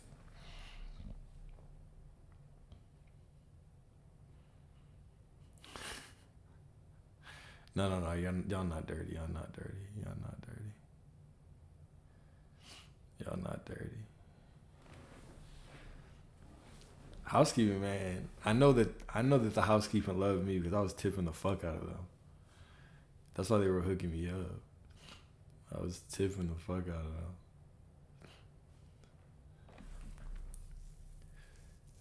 them. Do I believe in the theory of parallel? Yeah, for sure. For sure. But I also believe that all those realities are me. And so they're all existing kind of in superposition, right? In superposition.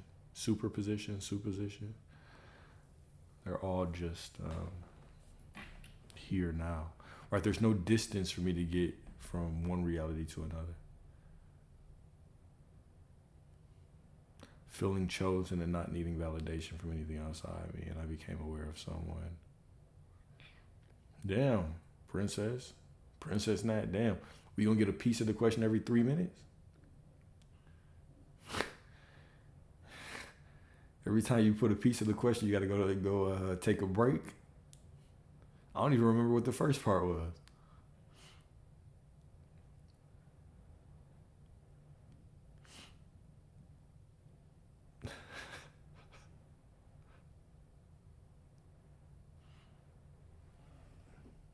Yeah, the Elijah workers did love me. Do you know that also they have a rule that you're not actually supposed to be you're not actually supposed to bring outside food into the fucking place? And so whenever Diana and was it me, Diana, and who was it? It was Nicole. Me, Diana, and Nicole, we went to Sam's, and I knew that they had that rule. And I was just like, that's cool, we're gonna get through it. But fortunately, when that dude came to the car to help us, fortunately when he came to the car to help us, I had a little conversation with him. And he actually gave me access to like a private elevator. You know there's a private elevator? There was a private elevator that we had access to. And he took me there, and then we brought all this stuff up. He was really, really cool. Really cool. You wanted to go to Carbone, you ain't even sign up for the trip until the last minute. Beggars can't be choosers. Well-known celebrity status, which I was never aware of, but if very well known, I know it came into... I don't know what we're talking about right now. Damn, Glow. Sorry, you just... the Streamlabs bot just got your ass. The Streamlabs bot just got Glow. Just sniped you. My bad, Glow. I still love you.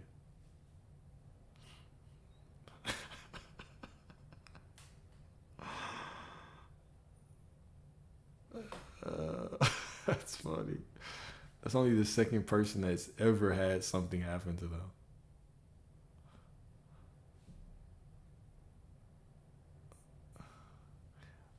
So is the key to getting your SP to love you and treat you right is basically doing that for yourself. Yeah, the key to getting them is just knowing that you are loved and knowing that you're always taken care of and then taking care of yourself. Loving you is the key because they are you. They are you. So loving yourself is the key because they are you. If you want them to love you, you got to love you because they are you.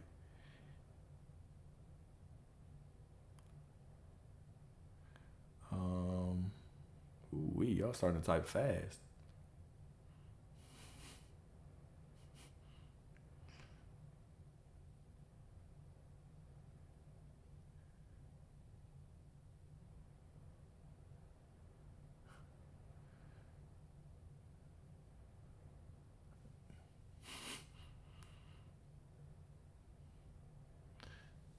Somebody just put the long ass question in the Discord.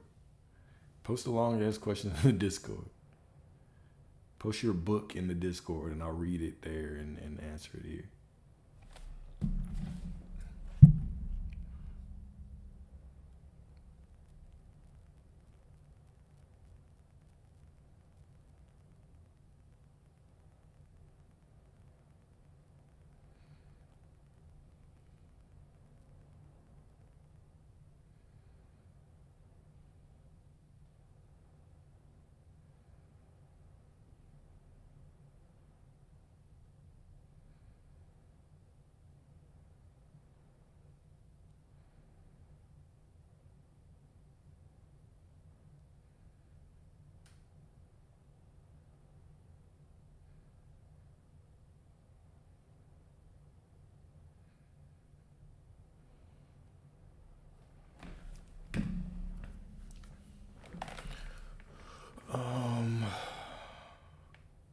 Said, don't give up the long question. Yeah, persist. Persist in that long ass question. Yeah, you gotta sign up. You gotta pay Ali the initiation fee. What's the initiation fee for the Discord to join the cult? Do we raise the prices this month?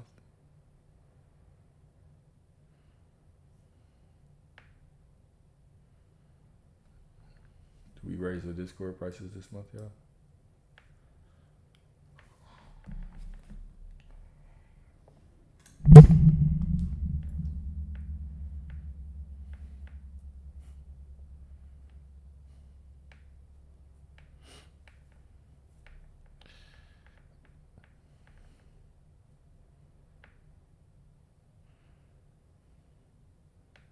Do we always need to decenter the person and just purely focus on us?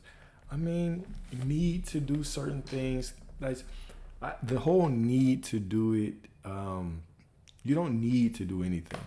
Okay? You just have to know that it's yours and it's a guarantee.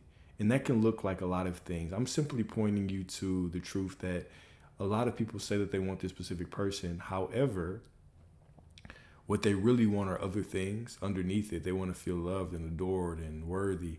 And so they completely abandon that while trying to say that they have this person and actually ignore what their true desire is. So if you're ignoring what the true desire is, then the symbol of that true desire can't show up. So sure, decentering them and focusing on you is one way to do it. But it is always about you. It's always about how you see yourself. Now, whether we want to call that decentering or whatever the case may be, sure. But even decentering doesn't really make sense from different philosophical perspectives. So if I say that they are you and you are them, there is no one to decenter. There is no them. There is only me. And so the words just get a bit sticky. But if I want to just put it in a straightforward way, yes, the focus on you gets you everything. Knowing yourself as the thing that you want gets you everything. 100%. It's guaranteed. I guarantee it. Yeah, you got to bring me an SP to join the Discord. For sure. That's why you became aware of you and their reality. I wanted to know when someone is in your awareness, does that mean that in their reality, they were aware of you in their reality? That's why you became aware of them. What a mind-bending question. No, there is no their reality. There's only your reality. Let me read this one. Hey, Alex, when y'all start like this, I don't even have to read the question. I already know it. It's going to be a but. There's going to be a button here. Hey, Alex, I know my desire is guaranteed. I know it with all my heart, but then you don't know it's guaranteed. But all right, let's go. But these thoughts, I know they're not me. They feel like they're driving me a little crazy. Be more present. Be more present. Be more present. The more present you are, the less those thoughts are affecting you. The less those thoughts, the less fucking time you give to them. They fade away. Be more present. Be more present. Presence is a way to get over a lot of the suffering. A lot of us have a lot of suffering in our mind, with our thoughts, with our emotions, because we are not in control of our consciousness throughout the day. And so we're just floating from here to there. We're allowing our thoughts to just run wild and emotions to run wild. And you can do that, but if it's causing you suffering, that stuff is not going to actually do it. It doesn't take away from anything, but if it's causing you suffering, then one of the ways that you can get through that or get over it or get beyond that is with presence. Because it's hard to have all of these thoughts just flowing in presence. Okay?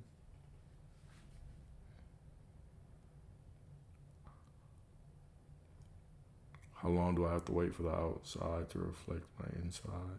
When I see stories of people getting what they want after months, it's discouraging if it needs to happen within a month. Well, it's already done right now. The problem with what you're asking is, number one, you're comparing yourself, and comparison is the thief of all joy. So you're comparing yourself to other people when they're not on your path. Like, how can you compare? How can I compare you to me when you haven't walked a mile in my shoes? I haven't walked a mile in your shoes. I don't know your path. You don't know my path. So it makes no sense for me to compete or compare with you, right? I don't know what's in your consciousness. You don't know what's in my consciousness. I can't even prove that you are conscious. You can't even prove that I am conscious. So number one, you creating this illusion of comparison between others is just going to keep you stuck, and it's just going to lead you to beating yourself down like you're doing right now, right? You don't have to do that. Number two is that there is no, it has to happen in a month. It's already done now. There is no next month. There is no next week. There is no tomorrow. There is no in 10 seconds. It is done right now. And so if we're constantly seeking, what did this person do? How long did it take for this person? You're not even still enough to actually know who you are long enough to allow reality to bend around you. It's not about how long it took them or him or her. It's not about the next month deadline. The next month deadline is here, whether you're talking about rent or whatever the case may be. If you've got a month, are you spending this month appreciating what you have and knowing that what you have is everything that you desire, allowing that to continue to move on? Or are you sitting here being fearful and worshiping the timeline saying, I don't have it? It's the same thing I was telling somebody when they were talking about their mother and health. And I was like, are you spending time actually loving them right now, or constantly thinking about this looming deadline and constantly obsessing over this looming deadline, saying, like, you're putting the deadline there over and over and over again, saying that you don't have it right now, and then wondering why it feels heavier and heavier, and it gets here and you don't have it when it passes. If you desire it, it's guaranteed, and so you might as well accept that it's here right now. Stop comparing yourself to other people. It does no good. It just digs you a deeper hole. There is no one else to compare yourself to. There is only you in your journey with your desire that's specific to you in this moment, and you have it now. End of story. There's no but after that. And every but that you add after that just puts you back in lack. Just puts you back in not having it. I do not compare my journey with money to other people, because my journey is mine. They can't walk my journey. They can't. And I can't walk their journey. Like, months, year, it's relative anyway. What does a month mean? What does 6 months mean? Like, how do I experience time? Right now, if you wait on somebody to text you back, 5 minutes is going to feel like an hour. What is time? It's a relative experience to you. Okay? So even saying a month, it's been a month, it's been this, that means nothing to me. It only means something to the person who has accepted that they don't have it. The excuse of it's been months or it's been years is irrelevant to me. You've just been practicing not having something for months. You've been in the identity of waiting for months. So 3 months feels like a long time, because there's people that sit around right now in July and say, damn, it feels like this year's flew by. Was the clock different for them? No, it wasn't. They just aren't in the identity of waiting, so time flows differently. They experience things differently. But when you're in the identity of waiting, you experience time like a prison. You experience time like a prison. There is only now. There is nothing to wait for. There is no one to compare yourself to, because they don't know shit about your journey.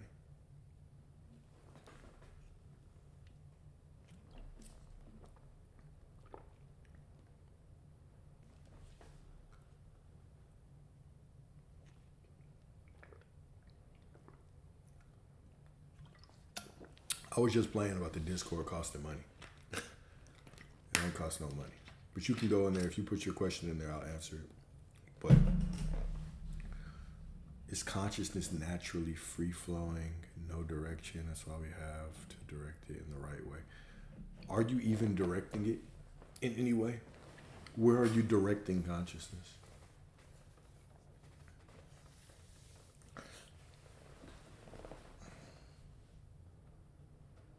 Okay, perfect. Sounds good.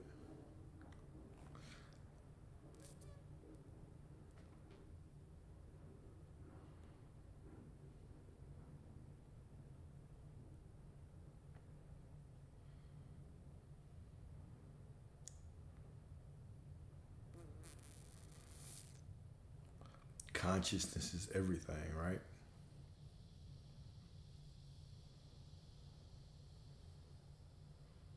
Then you direct your awareness.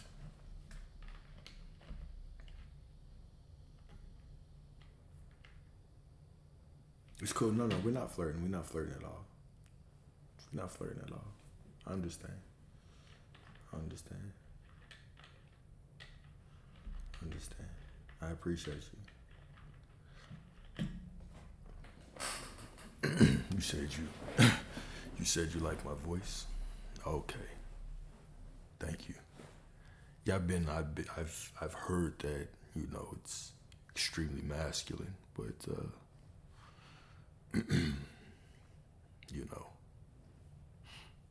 I'm glad you like it.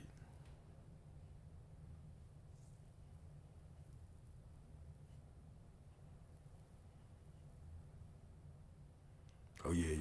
Thank you. I am pretty masculine. I've heard.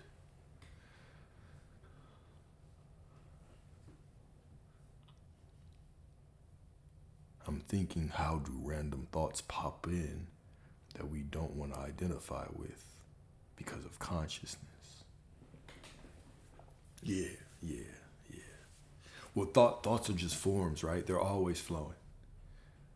Thoughts are just forms. They're always flowing. The nature of thoughts is they just show up and leave. They pop in, they pop out, right? But that's the nature of life in general within this experience, right? Is that circumstances pop in, pop out, moments pop in, pop out, emotions pop in, pop out, experience pop in, everything pops in, pops out, right? But what's the constant? It's awareness. So based on who you are, your consciousness is always unfolding and unraveling from within you. It is you, right? It's giving you the opportunity to have these different perspectives. It's giving you desires and thoughts and all these things, but they're still just forms.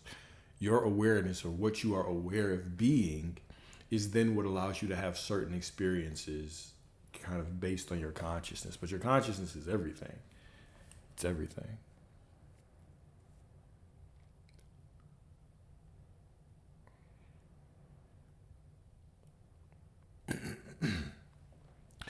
But yeah, what was I saying? Where were we?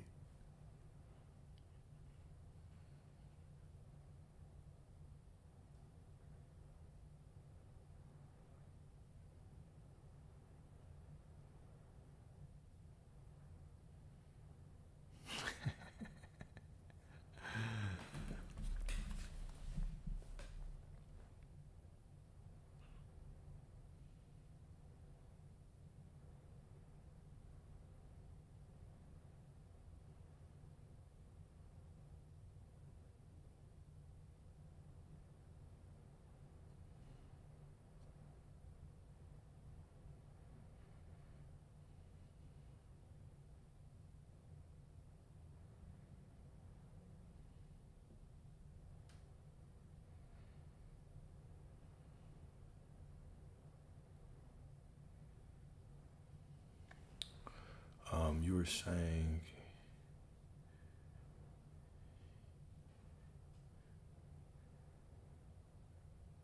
yeah.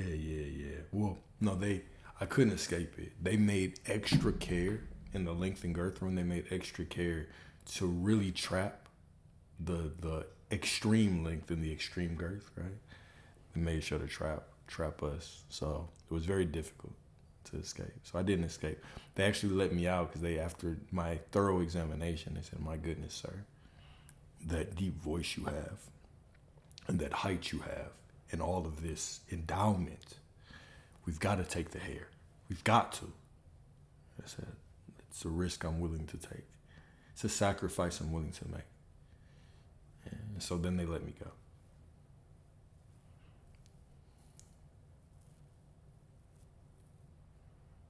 Well, you can't prove that anyone else thinks in your reality. You can't prove that. You can't prove that anybody thinks in your reality. right? Prove that I'm thinking. Even when we say, brother, I know that they're thinking this about me. No, you're just judging yourself and using them to judge you. Yeah, you had to give. It was a very, I consider myself an honorable man. I had to give everybody else a chance. You know, I had to give everybody else a chance. You know, it is what it is. You know, it is what it is. I'm happy with my decision. I sleep well at night with my decision. Your SPs still sleep well at night with me after my decision as well, just FYI.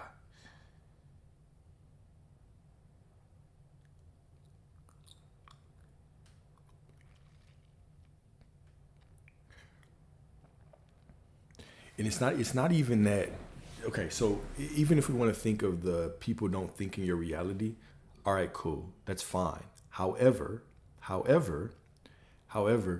what is more important, what they're actually thinking or what you're assuming they're thinking? Because everything's going to play out based on your assumptions anyway.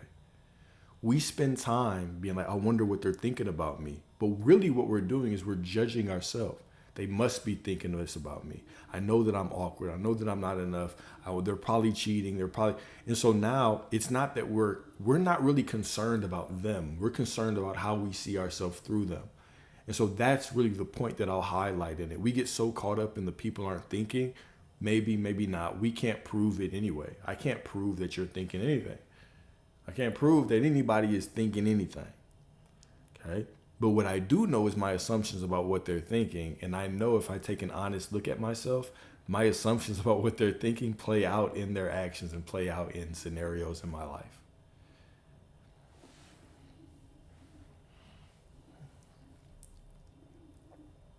I don't want to think in anybody. I don't want to think in any of these beautiful goddess reality. I just want to be used. Don't let me think, goddess.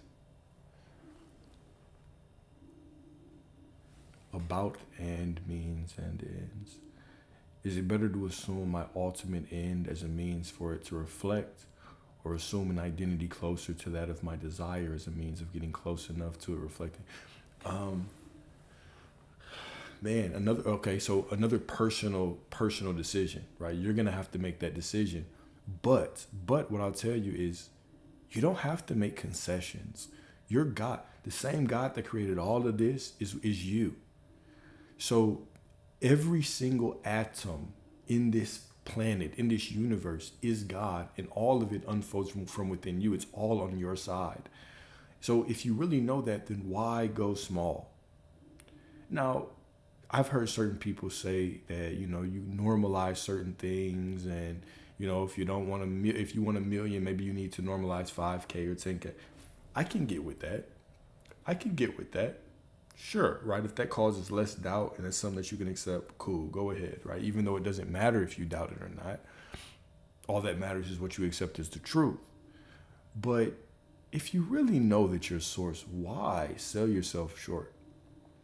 Why sell yourself short? Why sell yourself short? So you can do whatever. And either way that you go is going to be absolutely perfect. It's perfect for your unfolding. But you don't have to play small. It should be comforting also to know that your desire is the floor. When you desire 100K, that's the floor. That's literally the least possible outcome. You desire to just be in a relationship with that person. That's the least that you can receive. That's the floor. That's the bare minimum. And so if that's the bare minimum, then how much bigger can we go? Right? We can't place infinity within our desire. Like, your desire is a fraction of infinity. It's a fraction of what's possible for you. So I would say do whatever's comfortable for you. Do whatever you can accept as truth, and know that no matter what happens, you know that everything that happens is the unfolding of this truth. But why not go big? Why not go big?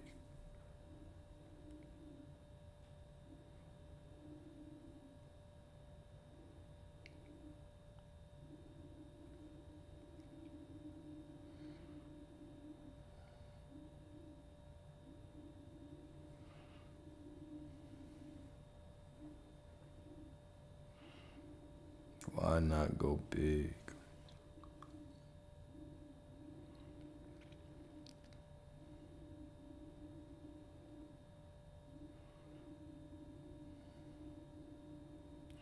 I feel like the questions are drying up. It might be time to jump in the Discord.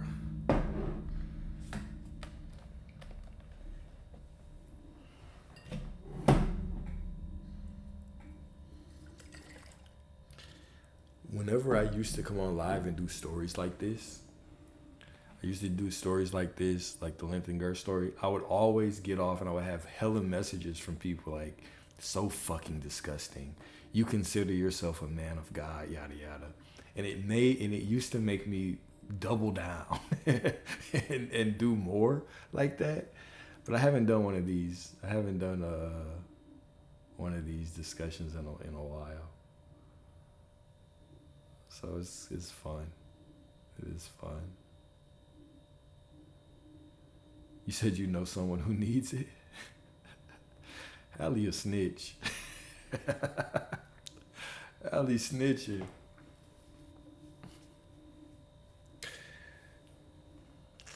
It is kind of curious that Allie's saying somebody else needs it right now, though. I'm just saying, it's kind of ironic, right?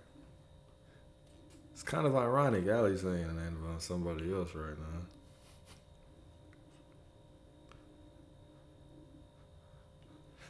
While the floor is dissolving underneath her feet right now.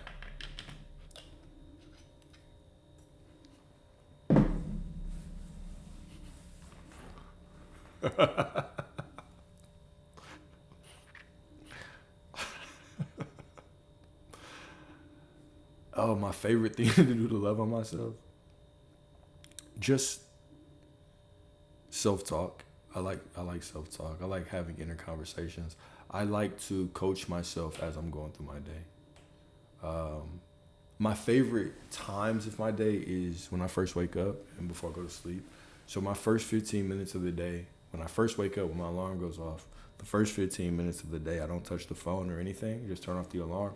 And I spend it just telling myself how much I love me and talking about how good the day is going to be. That's it.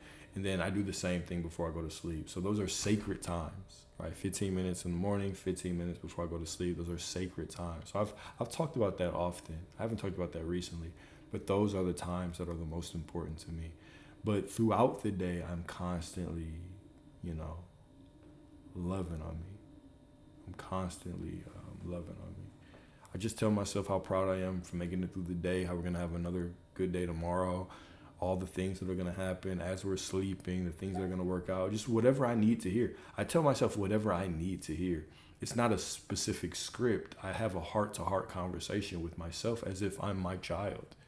It is God talking to Alex. It's God talking to God. It's Alex talking to Alex. It's just one and the same. I just do it in my bed.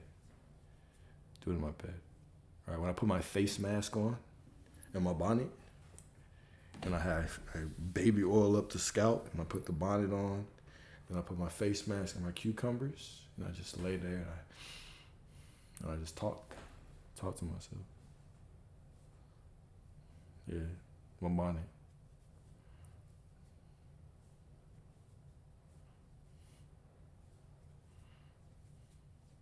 Yeah, that's what I like to do. Michelle, you need to listen to your own lectures to yourself. I appreciate it though.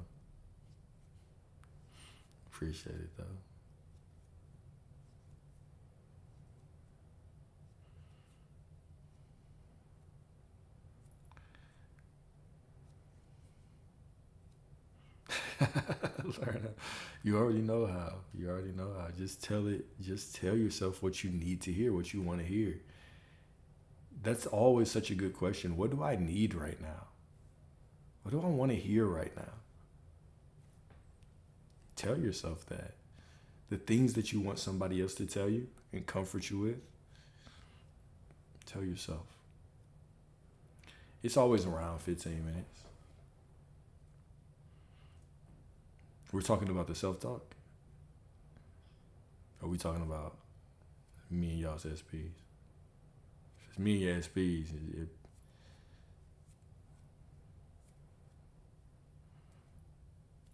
yeah, the self-talk, at least a good 15.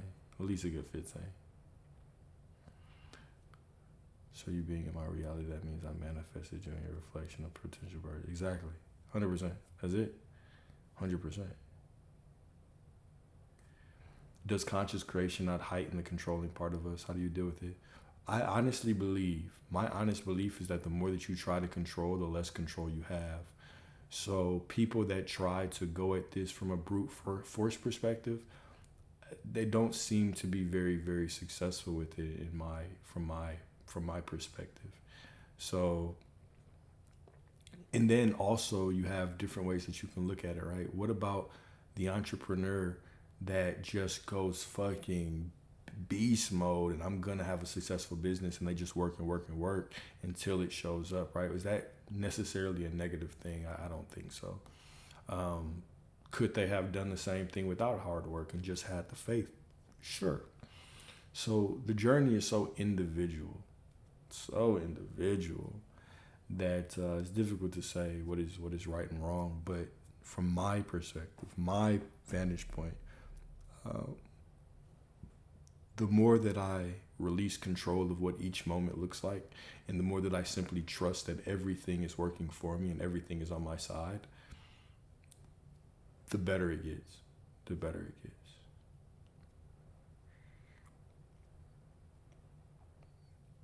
I don't think I have much of that controlling side of me anymore. Yeah, go big on the pep talk. What if SP is manifesting something else from you? Does it clash with your reality? They can't manifest anything. Your SP can't manifest shit. They can't manifest anything. You can manifest through them to have something for them, but they're not out here individually manifesting anything. That was a dangerous statement.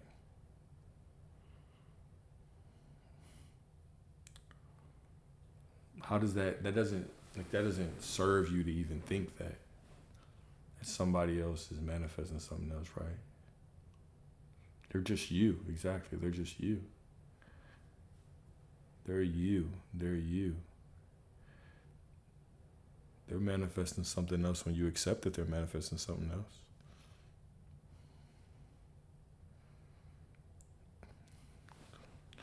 All your SP is trying to manifest is whatever's best for you in their relationship. That's it. That's all they're trying to manifest. You're trying to manifest whatever's best for you and this relationship.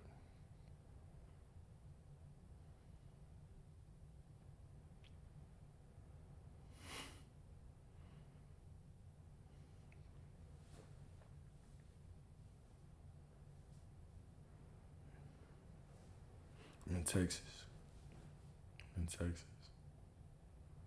Oh, and by the way, anybody in the Discord, of course, we're having the Dallas meetup on the 28th, all right? And today's the last day to sign up for it. Today's the last. Let me say that again. We're doing a meetup in Dallas on the 28th. Today's the last day to sign up for it. If you don't sign up today, you won't have the Dallas tag. If you don't have the Dallas tag, then you can't fill out the consent form.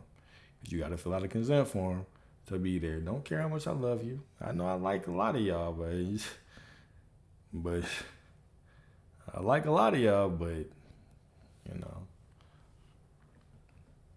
I think the first one was a little bit looser because this one is going to be a little bit more buttoned up, just in terms of consent, just because there's going to be a little bit more people, and some of the people that are signing up aren't like people that are really active. So, you know, just for everybody's safety. That's all. Just for everybody's safety. And then if you also are in the Discord, we have a vote going on for the trip that we're going to take in January. The trip that we're going to take in January, there are 4 options. It's New Orleans, Los Angeles, Miami, or Phoenix. Right now, I believe Miami is winning, and I believe that second is New Orleans. So that's going to be an option. And then we're going to start making a yearly trip to Vegas. And that's going to be July 23rd next year. And after that, we're going to start doing international stuff. But the goal is to start having these things frequently to where we can begin to meet each other and really build out our community together, right?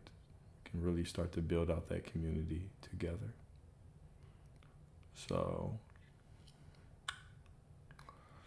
and then who knows? Like perhaps y'all will start having your own trips, right? Perhaps y'all will start having y'all's own meetups, things like that. That'll be cool. So, yeah.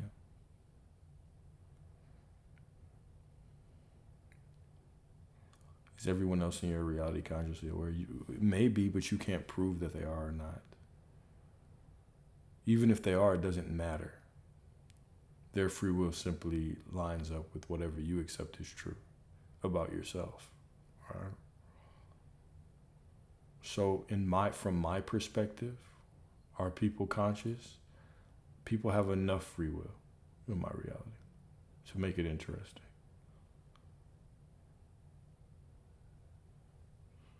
My personal framework is that, do I honestly believe that people are quote unquote real? I don't think that anything is real. I don't think that anything is real at all. I think everything is malleable, everything is moldable. No. Do I think that things exist outside of my awareness? No, I don't. I do not. That's the philosophy that I live by, which gives me joy in my reality, in my life. Right? That's it. But if that doesn't resonate, that's fine. It doesn't have to.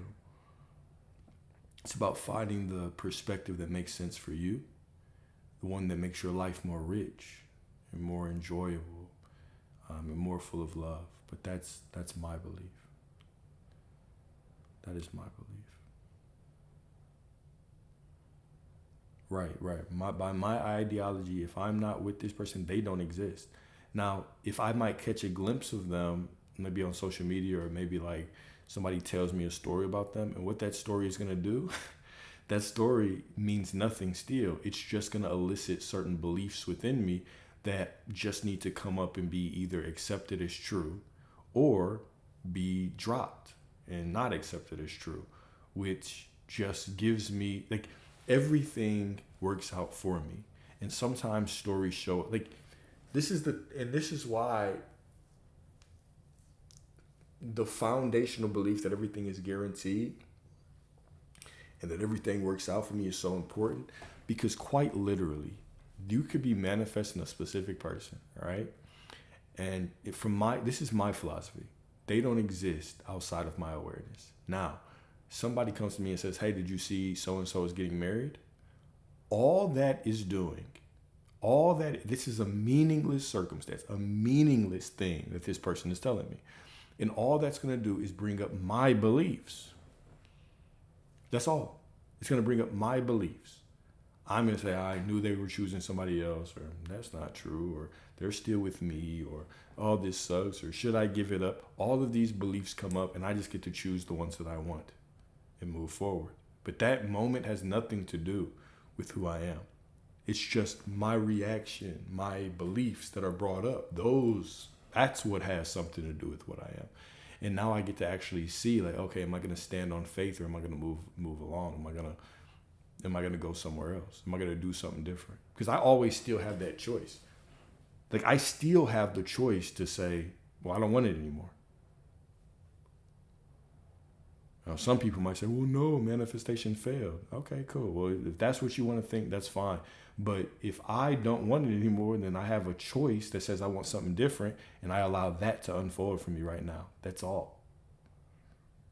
So, yeah, everything is just a menu. Life is just every moment is presenting you this divine menu and saying, what do you want? What do you want? What do you want? What do you want? What do you want? What do you believe about yourself? What do you accept as true about yourself? And so I get to constantly make that choice. That's it. Circumstance means nothing more than that. It's not a death sentence. It doesn't mean things are not working. It doesn't mean things are working. Hey, she asked me about you. That does not mean anything is working or not working. I know who I am, point blank, period, no matter what. I don't believe in things like birds before land and breadcrumbs and shit like that. I either have it or I don't have it. I have it until I choose otherwise. There's no half step. I don't no, there's nothing like that. I am reality, point blank, period.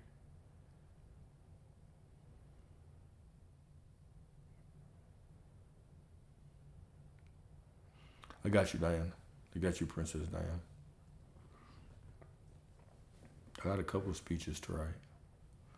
I gotta write Diana's speech. I gotta write Katie's speech. I gotta write Sarah's speech. I gotta write Kara's speech.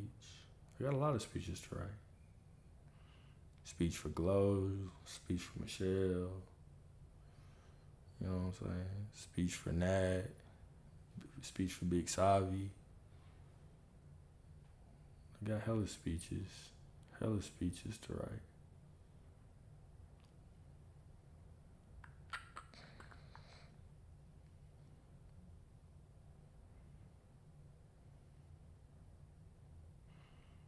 Banger speeches too.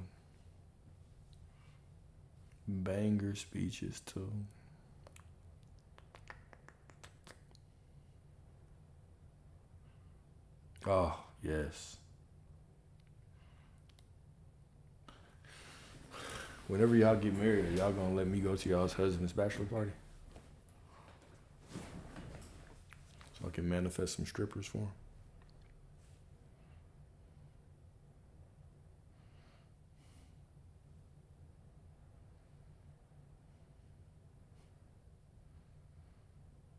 Can I go to y'all's husband's bachelor party? Thank you.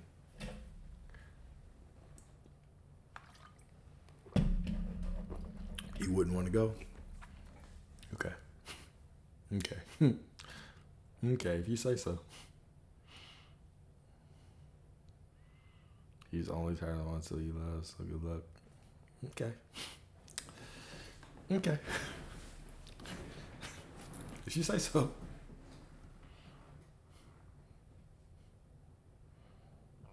Thanks, Savi.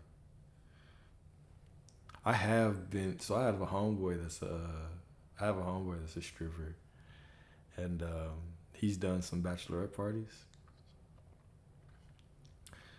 So he said he's told me some things about some of those outings.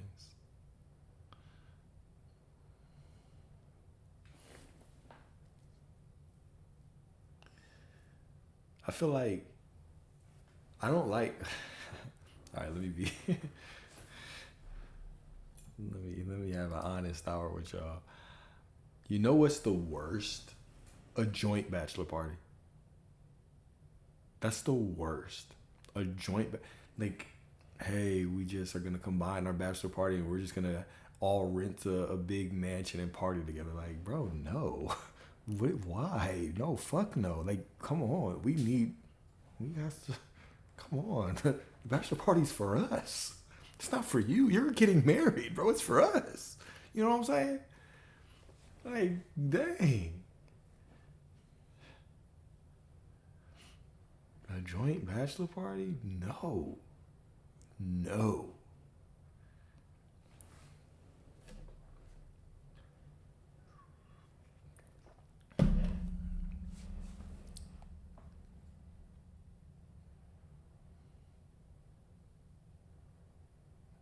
Thank you, Diane. You get it. The bachelor party doesn't even exist anyway. It's a blip in reality.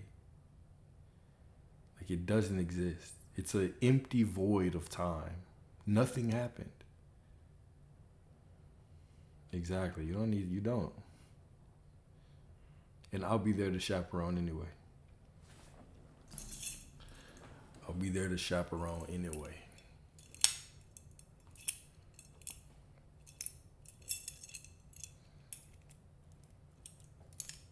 Yeah, we had church service. That's what happened at the bachelor party. We went to midnight mass, and we got the blessing from the congregation and from the priest. We all went into confession because we wanted to walk into the wedding day guilt-free and sin-free, pure, for this new step in our best friend's life, right? So, and then we had a prayer service afterwards. We had prayer service afterwards. And then we played video games. We got on Madden and we played video games. We stayed up all night. That's why we're so tired. Okay?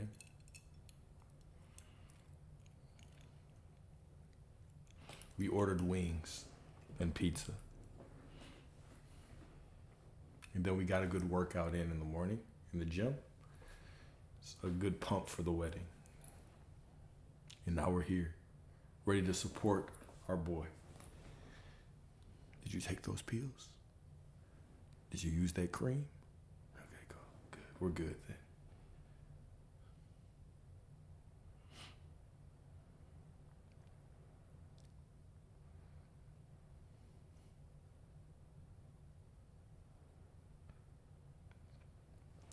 Unfolding is just all these words are concessions, okay? And the unfolding is just the unfolding of you. You are reality.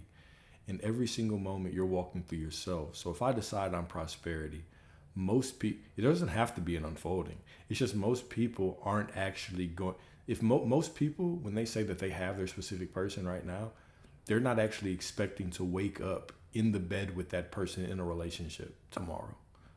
Most people aren't. Most people's minds try to create a journey.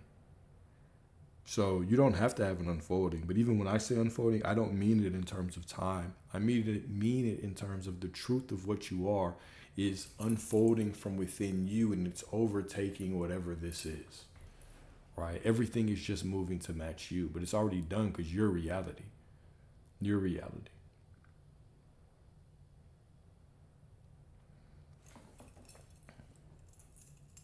Keep it PG, Savi. Keep it PG, Savi.